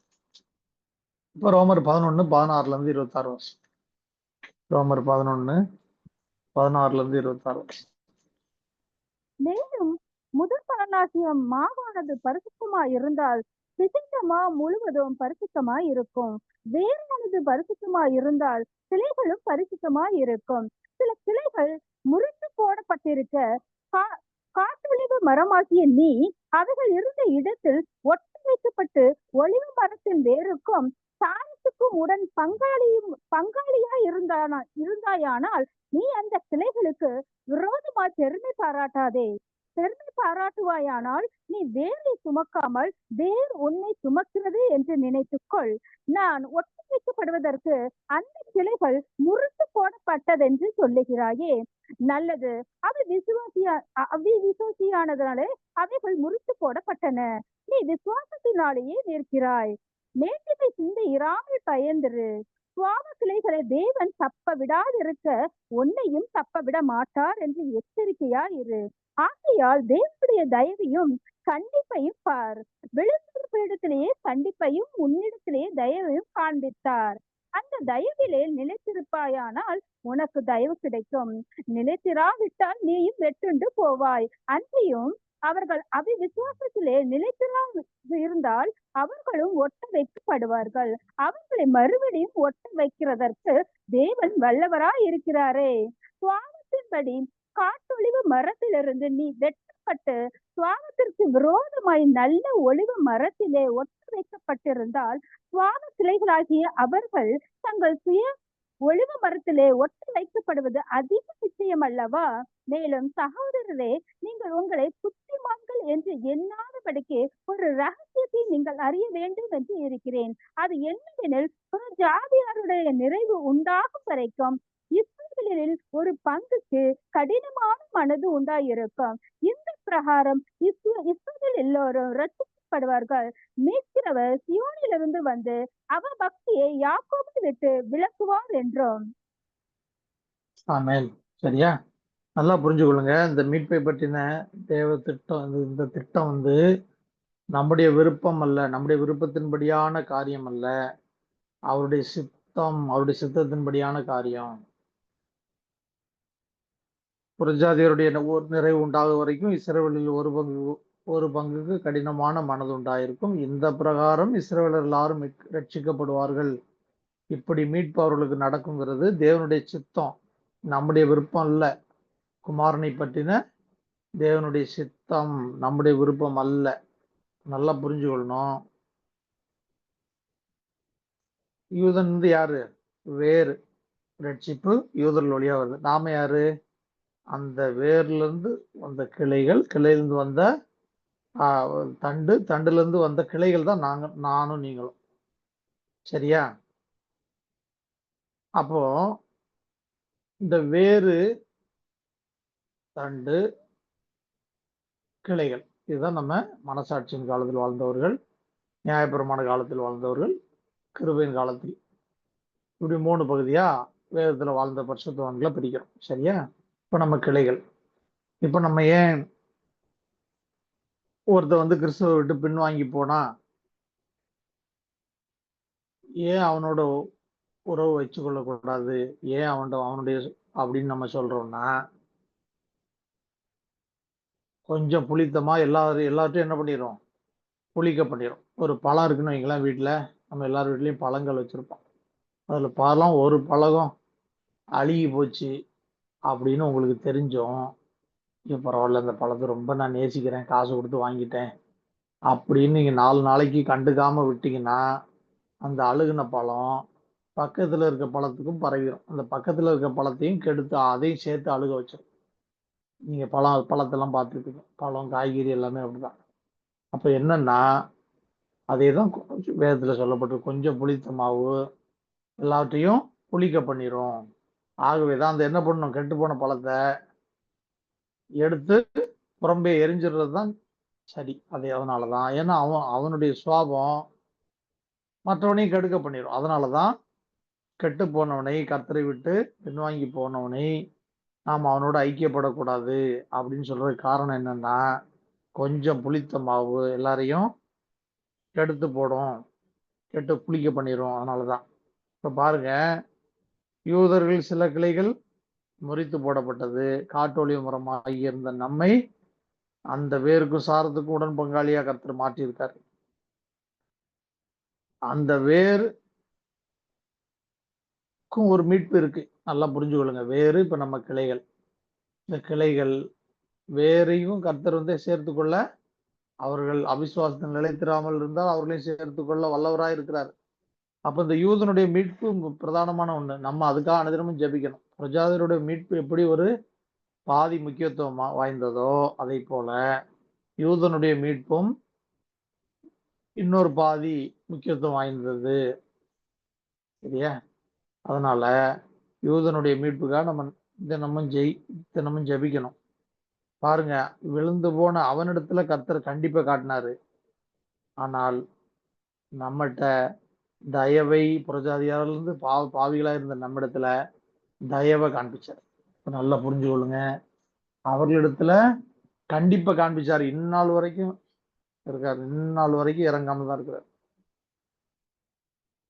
யூதர்கள் எல்லாம் மாம்ச பலத்துல தான் இது வரைக்கும் நான் இருக்கிற பார்த்துக்கலான்ட்டு இருக்காங்க. இது வரைக்கும் அமெரிக்கா இருக்குது, நாங்க இருக்கிறோம், எல்லா சப்போர்ட்ல பண்ணோம்னாலும் யார் இருந்தாலும் பார்த்துடலாம் தான் இருக்கிறாங்க.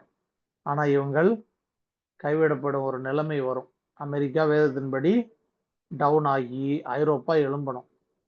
ஐரோப்பிய யூனியன் எழும்பும் போது இஸ்ரேல் கைவிடப்படும் ஒரு சூழ்நிலை வரும். அப்போ கைவிடப்பட்டு திக்கற்றவனா நிற்கும் போதுதான் நான் உங்களுக்காக யுத்தம் பண்ணுவேன் கர்த்தர் இறங்கி வருவார். அதை ஒட்டிதான் ரகசிய வருகெல்லாம் நடைபெறும். நல்லா புரிஞ்சு கொள்ளுங்க. இப்போ இஸ்ரேல் சுயபலத்தில் தான் நிற்குது. இஸ்ரேல் நாடு சுயபலத்துல நிற்குது. கர்த்தரை இன்னும் முழுமையா நம்பி விசுவாசிச்சு வரல. அவன் கைவிடப்படுகிற ஒரு நாட்கள் வரும். கண்டிப்பா வரும்போது அப்பதான் கர்த்தர் அவன் அறிந்து கொள்ளக்கூடிய சூழ்நிலை வரும். அப்ப விழுந்து போன அவர்களிடத்துல, அதாவது விழுந்த அவர்களிடத்துல கர்த்தர் கண்டிப்பையும் நம்மிடத்துல தயவையும் காண்பிச்சார். அப்படின்னா நல்லா புரிஞ்சு கொள்ளுங்க. 2000 வருஷமா இன்னும் அவனுக்கு இரக்கத்தை காண்பிக்காம கண்ணை மறைச்சு வச்சிருக்காரு. ஒரு கல்லின் மேல் கல்லீராவிடி இடிக்கப்பட்ட நாட்கள் வரும் அப்படின்னு சொன்னதுல இருந்து, எருசலேம் ஆலயம் இடிக்கப்பட்டதுல இருந்து 2000 வருஷம் ஆகியும் இன்னும் அவனுக்கு மீட்பை காண்பிக்கல. அதே தேவனை தான் நீங்கள் நானும் ஆராதிக்கிறோம். அவர் எப்படிப்பட்டவருங்கிறத நம்ம புரிஞ்சு கொள்ளணும். அதே தேவன் நம்மிடத்திலே தயவுள்ளவராக, அவர்களிடத்திலோ கண்டிப்புள்ளவர்களாக இருக்கிறாரு. நம்ம என்ன பண்ணோம்? அந்த தயவுலே நிலைத்திருந்தா நம்ம தப்பிச்சிடலாம். சரியா?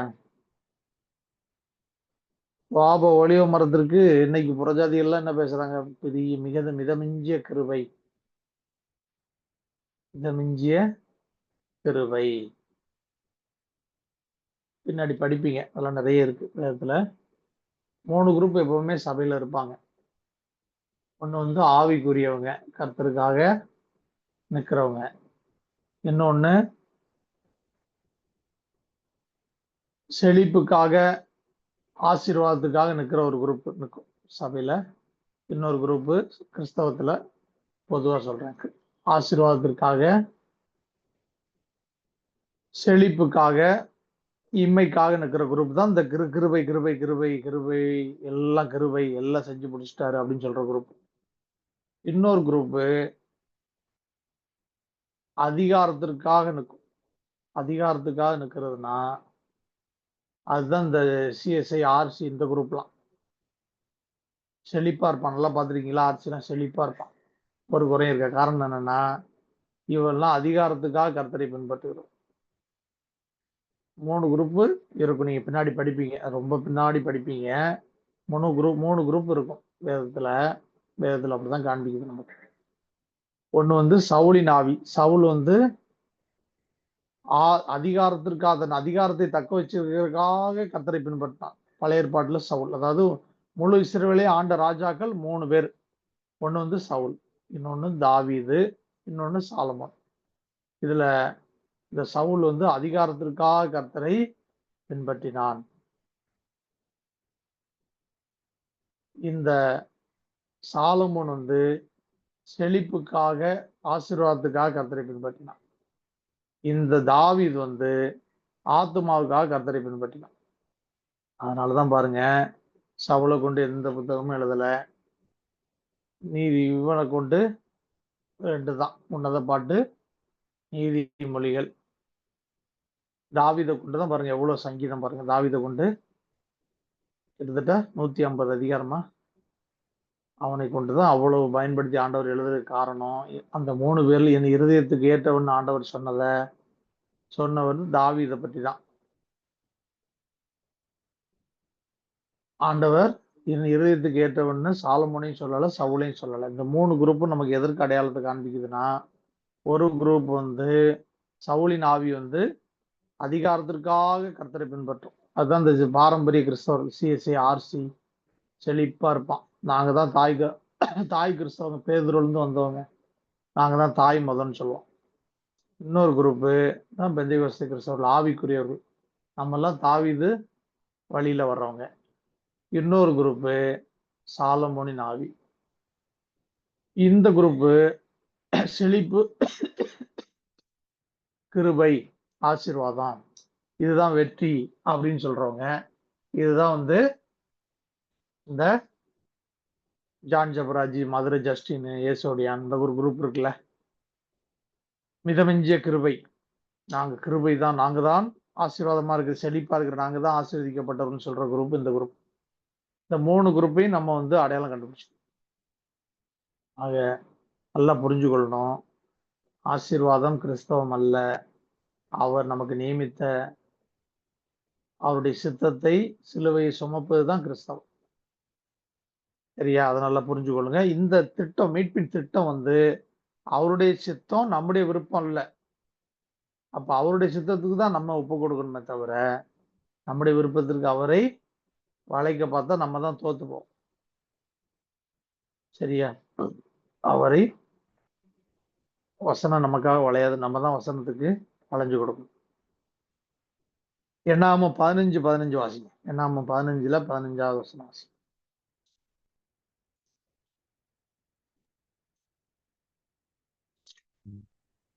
சபையாராகிய உங்களுக்கும் உங்களிடத்தில் தங்குகிற அந்நியனுக்கும் ஒரே பிரமாணம் இருக்க வேண்டும் என்பது உங்கள் தலைமுறைகளில் நித்திய கட்டளையாய் இருக்க கடவது.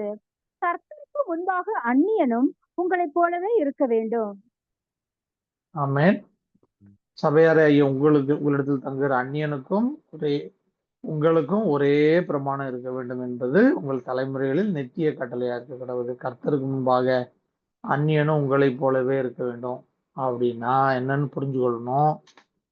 யூதர்களை பார்த்து சொல்றாரு, உங்களுக்கும் உங்களிடத்தில் தங்குகிற அந்நியன் தான் புறஜாதியா, வேற்று யூதரை தவிர மற்ற ஜனங்கள், இவர்களுக்கு ஒரே பிரமாணம் இருக்க வேண்டும் என்பது உங்களுக்கு நித்திய கட்டளை.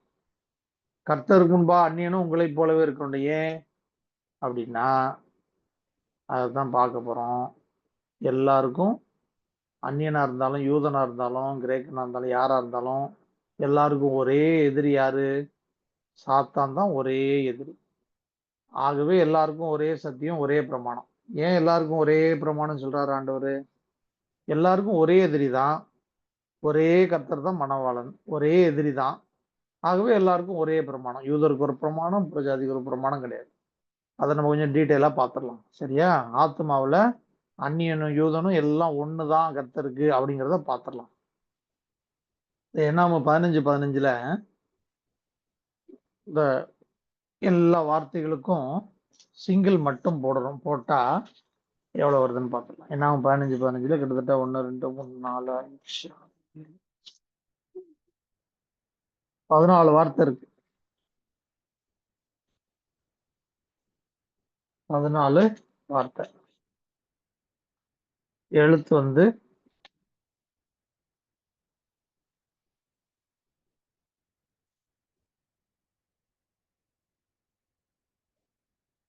52 எழுத்து. 14 வார்த்தை. 14னா நீதி எழுதிக்கங்க. ஏன் 14 வார்த்தை? 14 வார்த்தைனா நீதி. யாருடைய நீதி? 52 எழுத்து. 52னா யாவே அப்படின்னு எபிரேயத்துல கர்த்தர் அப்படிங்கிறதுக்கு எபிரேயத்துல யாவே யாவே எழுதி ஆடில் கார்டில் போட்டீங்கன்னா 26 26 52 வந்துடும். கர்த்தருடைய நீதி எழுதிங்க. சபையார் யூதனுக்கும் அந்நியனுக்கும் ஒரே பிரமாணம் இருக்கணும். கர்த்தருக்கு முன்பாக 2 பேரும் ஒண்ணு அப்படிங்கிறது கர்த்தருடைய நீதி எழுதிக்கங்க. முக்கியமானது. கர்த்தர் முன்பா அந்நியனும் உங்களைப் போலவே இருக்கணும், அவனுக்கும் உங்களுக்கும் ஒரே பிரமாணம் அப்படிங்கிறது கர்த்தருடைய நீதி. இந்த 15 வார்த்தையில இருக்கிற முதல் எழுத்துக்கு மட்டும் சிங்கிள் மட்டும் போட்டா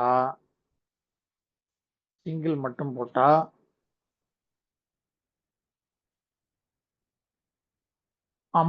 55 எழுதிக்கங்க. ஃபர்ஸ்ட் லெட்டர் மட்டும் சிங்கிள் போட்டா 55 55 110.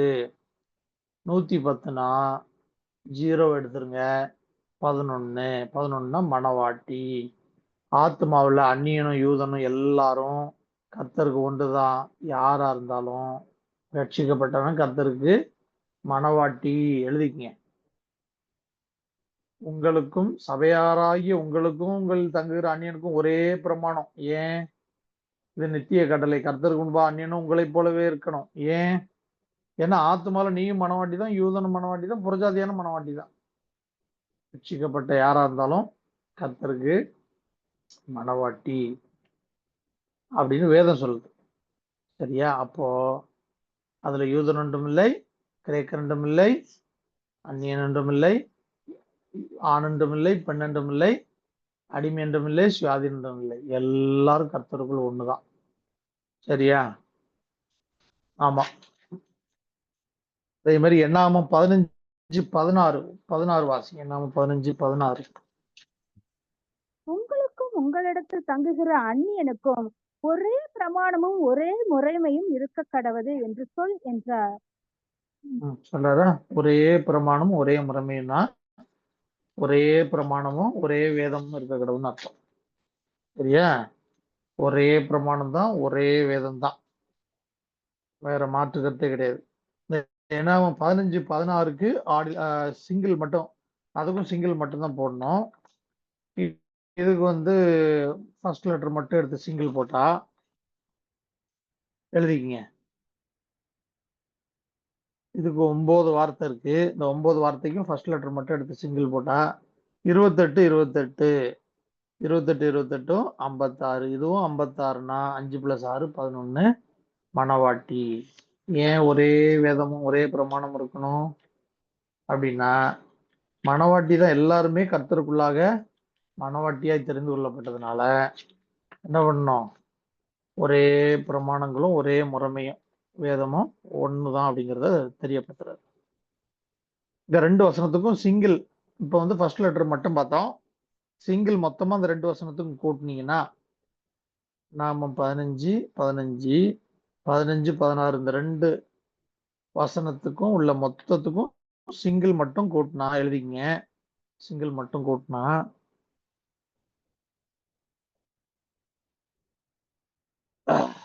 215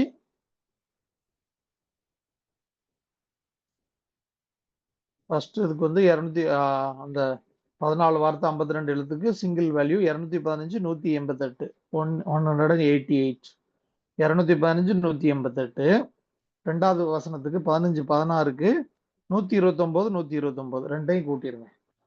215 + 129 கூட்டிருங்க 344. அதே மாதிரி 188 + 129 கூட்டிருங்க 317. சரியா?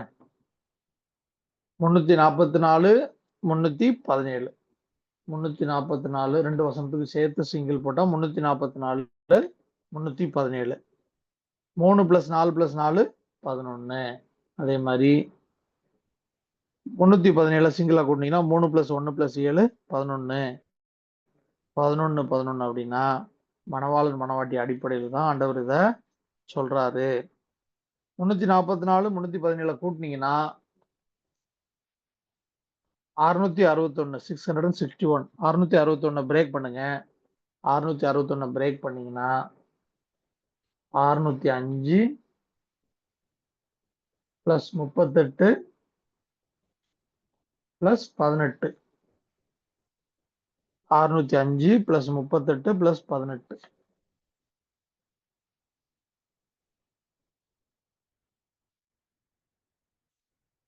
அறுநூத்தி அஞ்சுங்கிறது இஸ்ராயேல். 605 0 எடுத்தீங்கன்னா 65. 605னா இஸ்ராயேல்.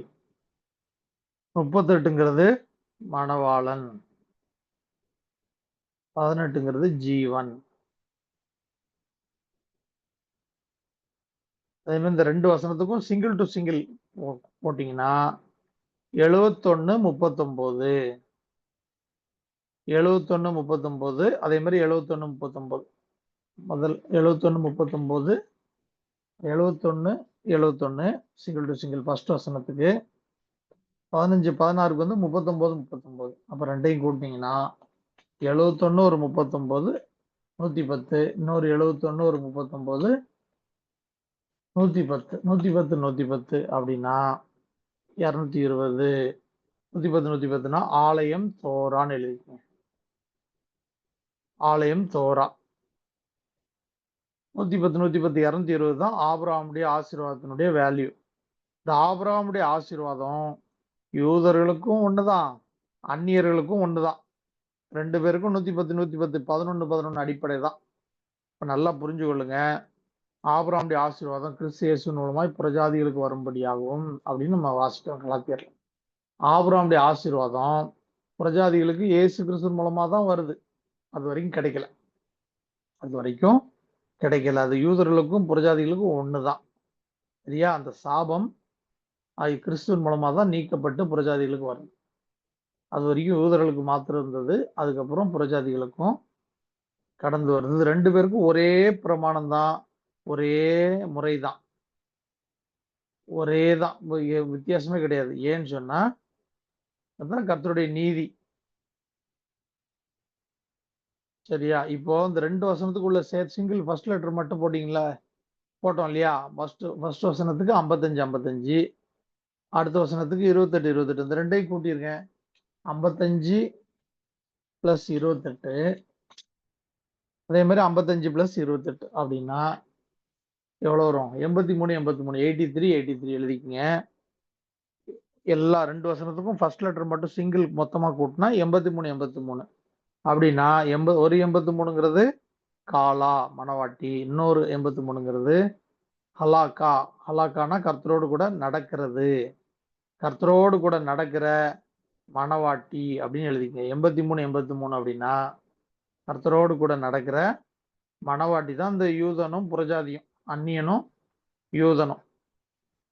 இப்படி நடப்பதற்கு நமக்கு ஒரே பிரமாணம், ஒரே வேதம் தான் கொடுத்திருக்காரு.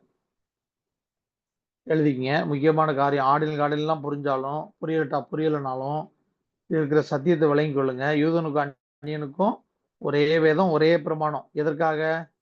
ஏன்னா அது கர்த்தரோடு கூட நடக்கிற மணவாட்டி இப்படிதான், எல்லாரும் ஒண்ணுதான், கிறிஸ்துவுக்குள்ள ஒண்ணுதான் அப்படின்னு கர்த்தர் தீர்மானிச்சிருக்காரு. அதான் கர்த்தருடைய நீதி. கர்த்தருடைய நீதியா இருக்கு. ஆத்துமால எல்லாரும் ஒண்ணுதான், மணவாட்டி தான், நமக்கு உங்களுக்கு எல்லாம் ஒரே எதிரி தான் அப்படிங்கிறது தான் கர்த்தர் வலியுறுத்துறதுக்காக ஒரே முறையை தான் வச்சிருக்கிறார். சரியா? இப்போ நமக்கு அவனுக்கும் ஒரே வேதம் தான், ஒரே பிரமாணம் தான். ஆனா இப்ப நம்ம எதிரில் படிச்சுட்டு இருக்கோம்? தமிழ்ல தானே படிச்சுட்டு இருக்கோம்.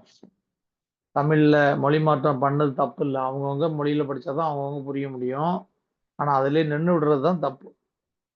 வேதத்தை ஆராய்ந்து பாருங்கள்னு சொன்னாரு. தமிழ்ல ஆராய்ந்து பாருங்கள்னு சொல்லல. உங்கவுங்க சொந்த மொழியில ஆராய்ந்து பாருங்கள்னு சொல்லல. வேதத்தை அவர் கொடுத்த மொழியில தான் ஆராய்ஞ்சு பார்க்கணும். அவர் கொடுத்த மொழியில அப்படியே போய் கடன் ஹீப்ரு லாங்குவேஜ் கத்துக்கிட்டு கடன் படிக்கிறது இல்லை. அவர் கொடுத்த பிரகாரம் வசனத்தை கணக்கு போட்டு ஆராய்ந்து பார்க்கும்போது தான் அதுல இருக்கிற ஆவிக்குரிய ரகசியம் ஆத்மாவுக்கு புரியும். அப்படிதான் ஆராய்ஞ்சு பார்க்கறதுக்கு தான் கொடுத்தாரு வேதத்தை. என் வேதத்தின் மகத்துவங்களே அவர்களுக்கு எழுதி கொடுத்தேன்னு சொல்றாரா?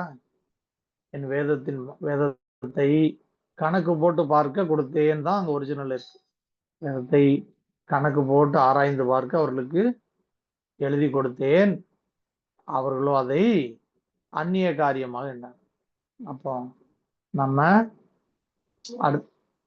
என்ன பண்ணணும்? இதை ஆராய்ந்து பார்க்கணும்னா அதுல இருக்கிற இந்த இயேசுவே கர்த்தர், அதுல இருக்கிற கர்த்தர்னு கண்டுபிடிக்கணும்னா நம்ம கணக்கு போட்டு தான் பார்க்கணும். இந்த வெளிப்படுத்தின விசேஷத்துல புத்தியுடையவன் கணக்கு பார்க்க கடவன். இந்த மிருகத்தின் இலக்கம் இந்த மனுஷனுடைய இலக்கமா இருக்கு. அதனுடைய இலக்கம் 666ன்னு படிக்கிறோமா? 666னா எபிரேயத்துல உடன்படிக்கைன்னு அர்த்தம். பெரீத் அப்படிங்கிற எபிரேய வார்த்தை தான் உடன்படிக்கைன்னு தமிழ்ல மொழிபெயர்த்திருக்காங்க. அந்த பெரீத்துங்கிற வார்த்தைக்கு நீங்க ஆடில் கார்டுல போட்டீங்கன்னா 666 வந்துரும். அந்த 666ங்கிற இலக்கம் என்னன்னா கர்த்தருடைய உடன்படிக்கைக்கு நேர் ஆப்போசிட், எதிர்மறையானவன் தான் சாத்தான். அந்த உடன்படிக்கை அது சாத்தானுடைய உடன்படிக்கை. 666ங்கிறது அதே நம்பரை காப்பி பண்ணி ஏன் வச்சிருக்கிறான் பாத்தீங்களா சாத்தான்? ஏன் கர்த்தர் அவனுக்கு அதை கொடுத்துருக்காருன்னா, தேவன் மனிதனோடு பண்ணின உடன்படிக்கை தான் நிச்சயமானது, அதுதான் வந்து நிஜமானது, அதுதான் நித்தியமானது எல்லாமே. ஆனா அதற்கு மாறாக அவனோடு உடன்படிக்கை பண்ணவர்கள் எல்லாம் அதுல போய் சிக்கிடுவாங்க. அந்த 666ங்கிற இலக்கம் அவனுடைய உடன்படிக்கையில போய் சிக்கிடுவாங்க. இந்த 666ங்கிறதுனா என்ன புரிஞ்சுக்கொள்ளுங்க, உடன்படிக்கை அப்படிங்கிறது தான் 666. கர்த்தரோடு கூட உடன்படிக்கை பண்ணோம்னா, கர்த்தரோடு கூட அவருடைய சத்தியத்தை பின்பற்றி சரியா வாழ்ந்தோம்னா நித்தியத்துக்கு போயிடலாம். சாத்தானோடு உடன்படிக்கை பண்ணோம்னா அவன் அவ்வளவுதான். இந்த கொஞ்ச காலம் உலகத்துல கண்டுக்காம விட்டு ஆத்மாவை மொத்தமா கவிட்டு போயிடும், அடிச்சிரும். அதுவும் நம்ம மேலான சத்தியத்தை அறிஞ்சிட்டு நாம பின்வாங்கி போனோம்னா என்ன நடக்குதுன்னா, நீங்க புரிஞ்சு கொள்ளணும், இவங்க எங்க மறுபடியும் மனம் திரும்பிடுவாங்களோ, அப்படி மனம் திரும்பிட்டா கர்த்தர் ஏத்துக்குவாரோன்ற பயத்துல சாத்தான் அவங்கள அடிச்சு சின்ன பின்னம் ஆக்கிடுறான். இது ஒரு பக்கம். இன்னொரு பக்கம் கர்த்தருடைய பாதுகாப்பு அவனுக்கு நீங்கி போறதுனால, சபையை விட்டு அவன் வெளியே போகும்போது கர்த்தருடைய பாதுகாப்பு அவனுக்கு இல்லாதபடினால சாத்தான் அவர்களை நொறுக்கி போட்டுறான். ஒரு கல்லின் மீது கல்லிடாதபடிக்கு ஆத்மாவை இடிச்சு தரமட்டமாக்கிடுறான். அடுத்தவன் நினைச்சா கூட கர்த்தரை நோக்கி பார்க்க முடியாது. ஏன்னா கர்த்தருடைய பாதுகாப்பு இல்லைன்னு சொன்னா, ரட்சிப்புக்கு கர்த்தர் நல்லா தெரிஞ்சுக்கொள்ளுங்க, கர்த்தர் ரட்சிப்புக்கு தூரம் ஆக்கிட்டாருன்னா நீங்க அவனை போய் அன்பு கூற நேசிக்க முடியாது. கர்த்தர் எல்லாரையும் அன்பு கூறதானே சொன்னாரு, எல்லாரையும் நேசிக்கதானே சொன்னாரு அப்படின்னு நிறைய பேர் சொல்லுவாங்க கிறிஸ்தவத்துல. அப்படி இல்லை. அதே வேதம் தான் நமக்கு சொல்லுது, கொஞ்சம் புளிச்ச மாவு எல்லாவற்றையும் புளிக்க பண்ணிரும். அப்ப இந்த புளிச்ச மாவு எல்லாத்தையும் புளிக்க பண்ணிருந்தா எச்சரிக்கையா இரு. அழுகின பழத்தை ஒன்னோடு கூட வச்சா சேர்த்து ஒன்னையும் அழுக வச்சிரும். அதனால அந்த அந்த அழுகின பழத்தை எடுத்து புறம்பாக்கிடும். அதனால எல்லாரையும் நேசிக்க முடியாது. அதனால நல்லா புரிஞ்சு கொள்ளுங்க, எல்லாமே இந்த கடைசி காலத்துல நடக்கிற எல்லா சம்பவங்களும் வேதத்தின் அடிப்படையில் தான் நடந்துட்டு இருக்கு.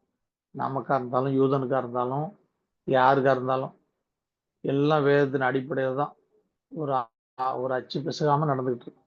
மாறவே மாறாது.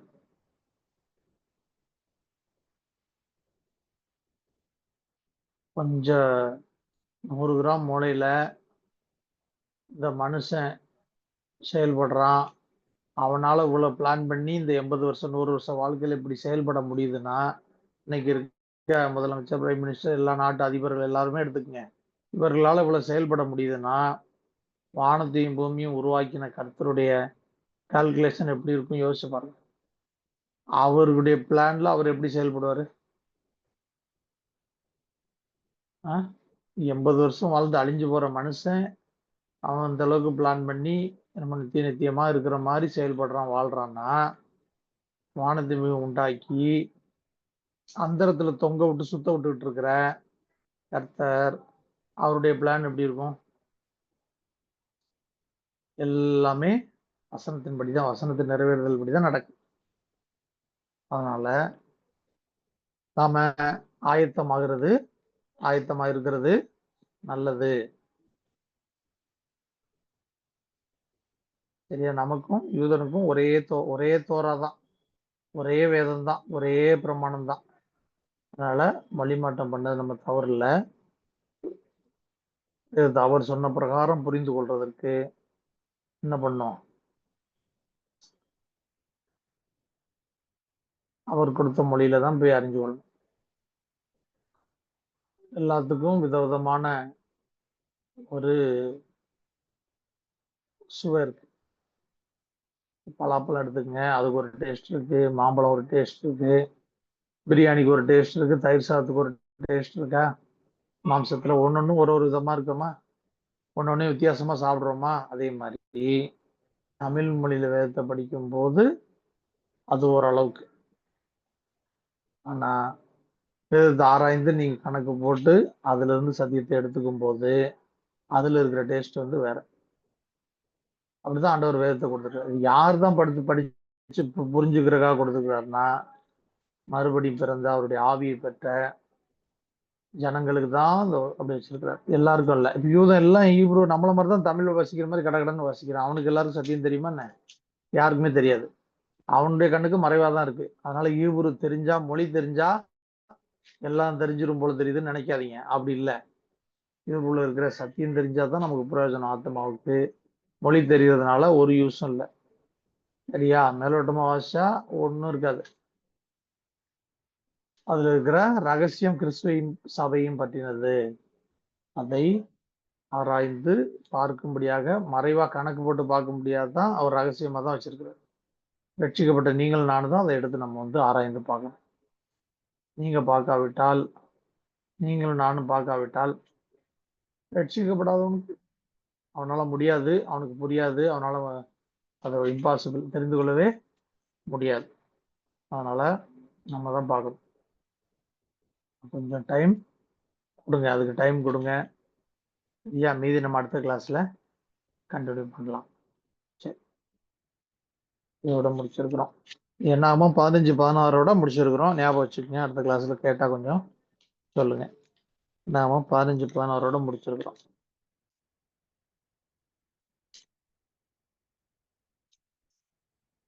ஒரு 2-3 வருஷம் இருக்கு. அடுத்த கிளாஸ்ல இருப்போம்.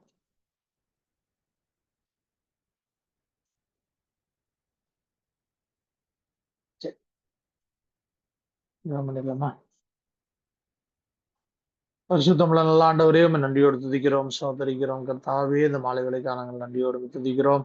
அப்பா கர்த்தாவே, உமக்கு முன்பாக யூதனும் அந்நியர்களும் புறஜாதிகளுமாய் நாங்களும் கர்த்தாவே ஒரே கர்த்தாவே ஆமாண்டு ஜனம் ஒரே கர்த்தா ஒன்றுதான் மனவாட்டி.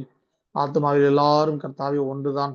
எல்லாரும் மனவாட்டி, தெரிந்து கொள்ளப்பட்ட ரட்சிக்கப்பட்ட எல்லாரும் மனவாட்டி என்றும் ராஜா சோதரம் சோதரம் சோதரம் எல்லாருக்கும் ஒரே வேதம், ஒரே பிரமாணமும் ராஜா நீ கொடுத்திருக்கிறேன் வேதத்தின் வாயிலாக நாங்கள் பார்த்தோம் கர்த்தாவே. அப்பா, இது உங்களுடைய நீதியா இருக்கிறது கர்த்தாவே. அதற்காக நாங்கள் நன்றி சொல்லுவோம் ராஜா.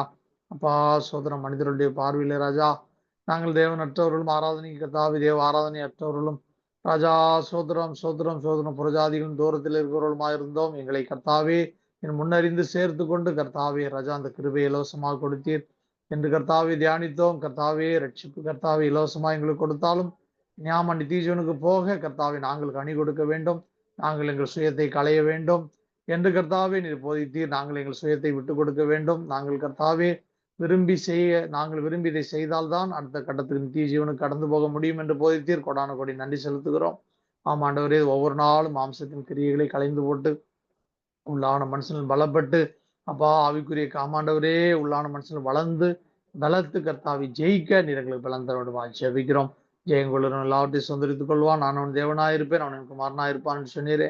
ஜெயங்கொண்டு கர்த்தாவே சோதரம் கர்த்தாவே, ஜெயங்கொண்டு கர்த்தாவே ராஜா நித்தியத்தில் பிரவேசிக்க ஜெயங்கொண்டு ராஜா ஊழியத்தை தீவிரமாய் செய்ய கர்த்தாவை பலந்தாரும். ஆயத்தப்படுத்து என்று சபை கட்டளை கொடுத்தீரே. பரிபூர்ணமாய் ஆயத்தப்பட பரிபூர்ணம் உள்ளவர்களாய் கர்த்தாவை உடைய ஜனங்களை உமக்கிட்ட ஆயத்தப்படுத்த வேண்டிய எல்லா ஞானத்தாலும் பலத்தாலும் சபை இடைகட்டும்படி ஜெபிக்கிறோம். ஆமாண்டவரே, அதுக்கென்று எங்களுக்கு கர்த்தாவே உதவி செய்யுங்க. எல்லா கிருபா வரங்கள் ஞான வரங்கள்னால் நிரப்புங்க. அப்பா, தேறின வேத பாரர்களாய் தேறின வேத கர்த்தாவே பண்டிதர்களாய் எங்களை மாற்றுங்க. ஜெப வீரர்களாய் யுத்த புருஷர்களாய் மாற்றுங்க. ஆமாண்டவரே, ஆவினாலும் பலத்தினாலும் இடைகட்டுங்க வந்திருக்க ஒவ்வொரு பரிசுத்தம் தேவ பிள்ளைகளையும் சித்தத்தை செய்ய பலமாய் ஆட்கொள்ளுங்க, எடுத்து பயன்படுத்துங்க. ராஜா சோதரம் கர்த்தா, இம்மைக்காக ராஜா அப்பா நாங்கள் ஒருவர் வாழாமல் ஆத்மாவுக்காக, மறுமைக்காகவும், சித்தத்திற்காக, உடைய ராஜ்யத்திற்காக வாழும்படியான ஓடும்படியான பலனை எங்களுக்கு தாரும். அதற்கு எங்களை ஒப்பு கொடுக்கிறோம். இந்த நைட் நடக்கிற மிட் நைட் பிரேயரை பொறுப்படுத்திக் கொள்ளும். கர்த்தாவே எல்லா கரணத்தின் ஆவியில் சோர்வுகளை நீக்கி கர்த்தாவே ஒவ்வொரு உற்சாகம் அதில் பங்கு பெற இறக்கம் செய்யும். ஆசீர்வதிங்க. தொடர்ந்து முடிய சித்தத்தை செய்ய பலன் தாருங்க. துதிகன மைமில்லா உமக்கே எடுக்கிறோம். மைமின் மனவல்லாய கர்த்தர் இயேசு கிறிஸ்து நாம் ஜபிக்கிறோம். மைமின் பிதாவே, ஆமேன் ஆமேன். பரமண்டலத்தில் இருக்கிற எங்கள் பிதாவே, நாம் பரிசுத்தப்படுவதாக, ராஜ்யம் வருவதாக, சித்தம் பரமண்டலத்திலே செய்யப்படுவது போல பூமியிலே செய்யப்படுவதாக. எங்களுக்கு வேண்டிய ஆகாரத்தை எங்களுக்கு தாரும். கடனாளிகள் நாங்கள் மன்னிக்கிறது போல எங்கள் கடன்களுக்கு மன்னியும். எங்களை சோழனுக்கு பிரவேசிக்க பண்ணாமல் தீமின் ரட்சித்துக் கொள்ளும். ராஜ்யம் வல்லமையும் மைமையும் என்றென்றைக்கும் உடையவில்லை. ஆமேன் ஆமேன். நாத்துமாவே கர்த்தரை சோதரி, முழுமையோட பரிசுத்த நாமத்தை சோதரி. நாத்துமாவே கர்த்தரை சோதரி, கர்த்தர் செய்த சகல உபகாரங்களை மறவாதே. ஆமேன் ஆமேன். எல்லா பரிசுத்த தேவ பிள்ளைகளுக்கும் கர்த்தராகிய இயேசு கிறிஸ்து நாமத்தினால் வாழ்த்துக்கள். கர்த்தருக்கே மகிமை உண்டாகும். சோதரன் சோதரையா ஐயா, சோதரி சோதரையா சோதரன் சோதரன் சோதரன் స్తోత్రమయ్యా சோதரம் స్తోత్రయ్యా சோதரம் சோதரம்மா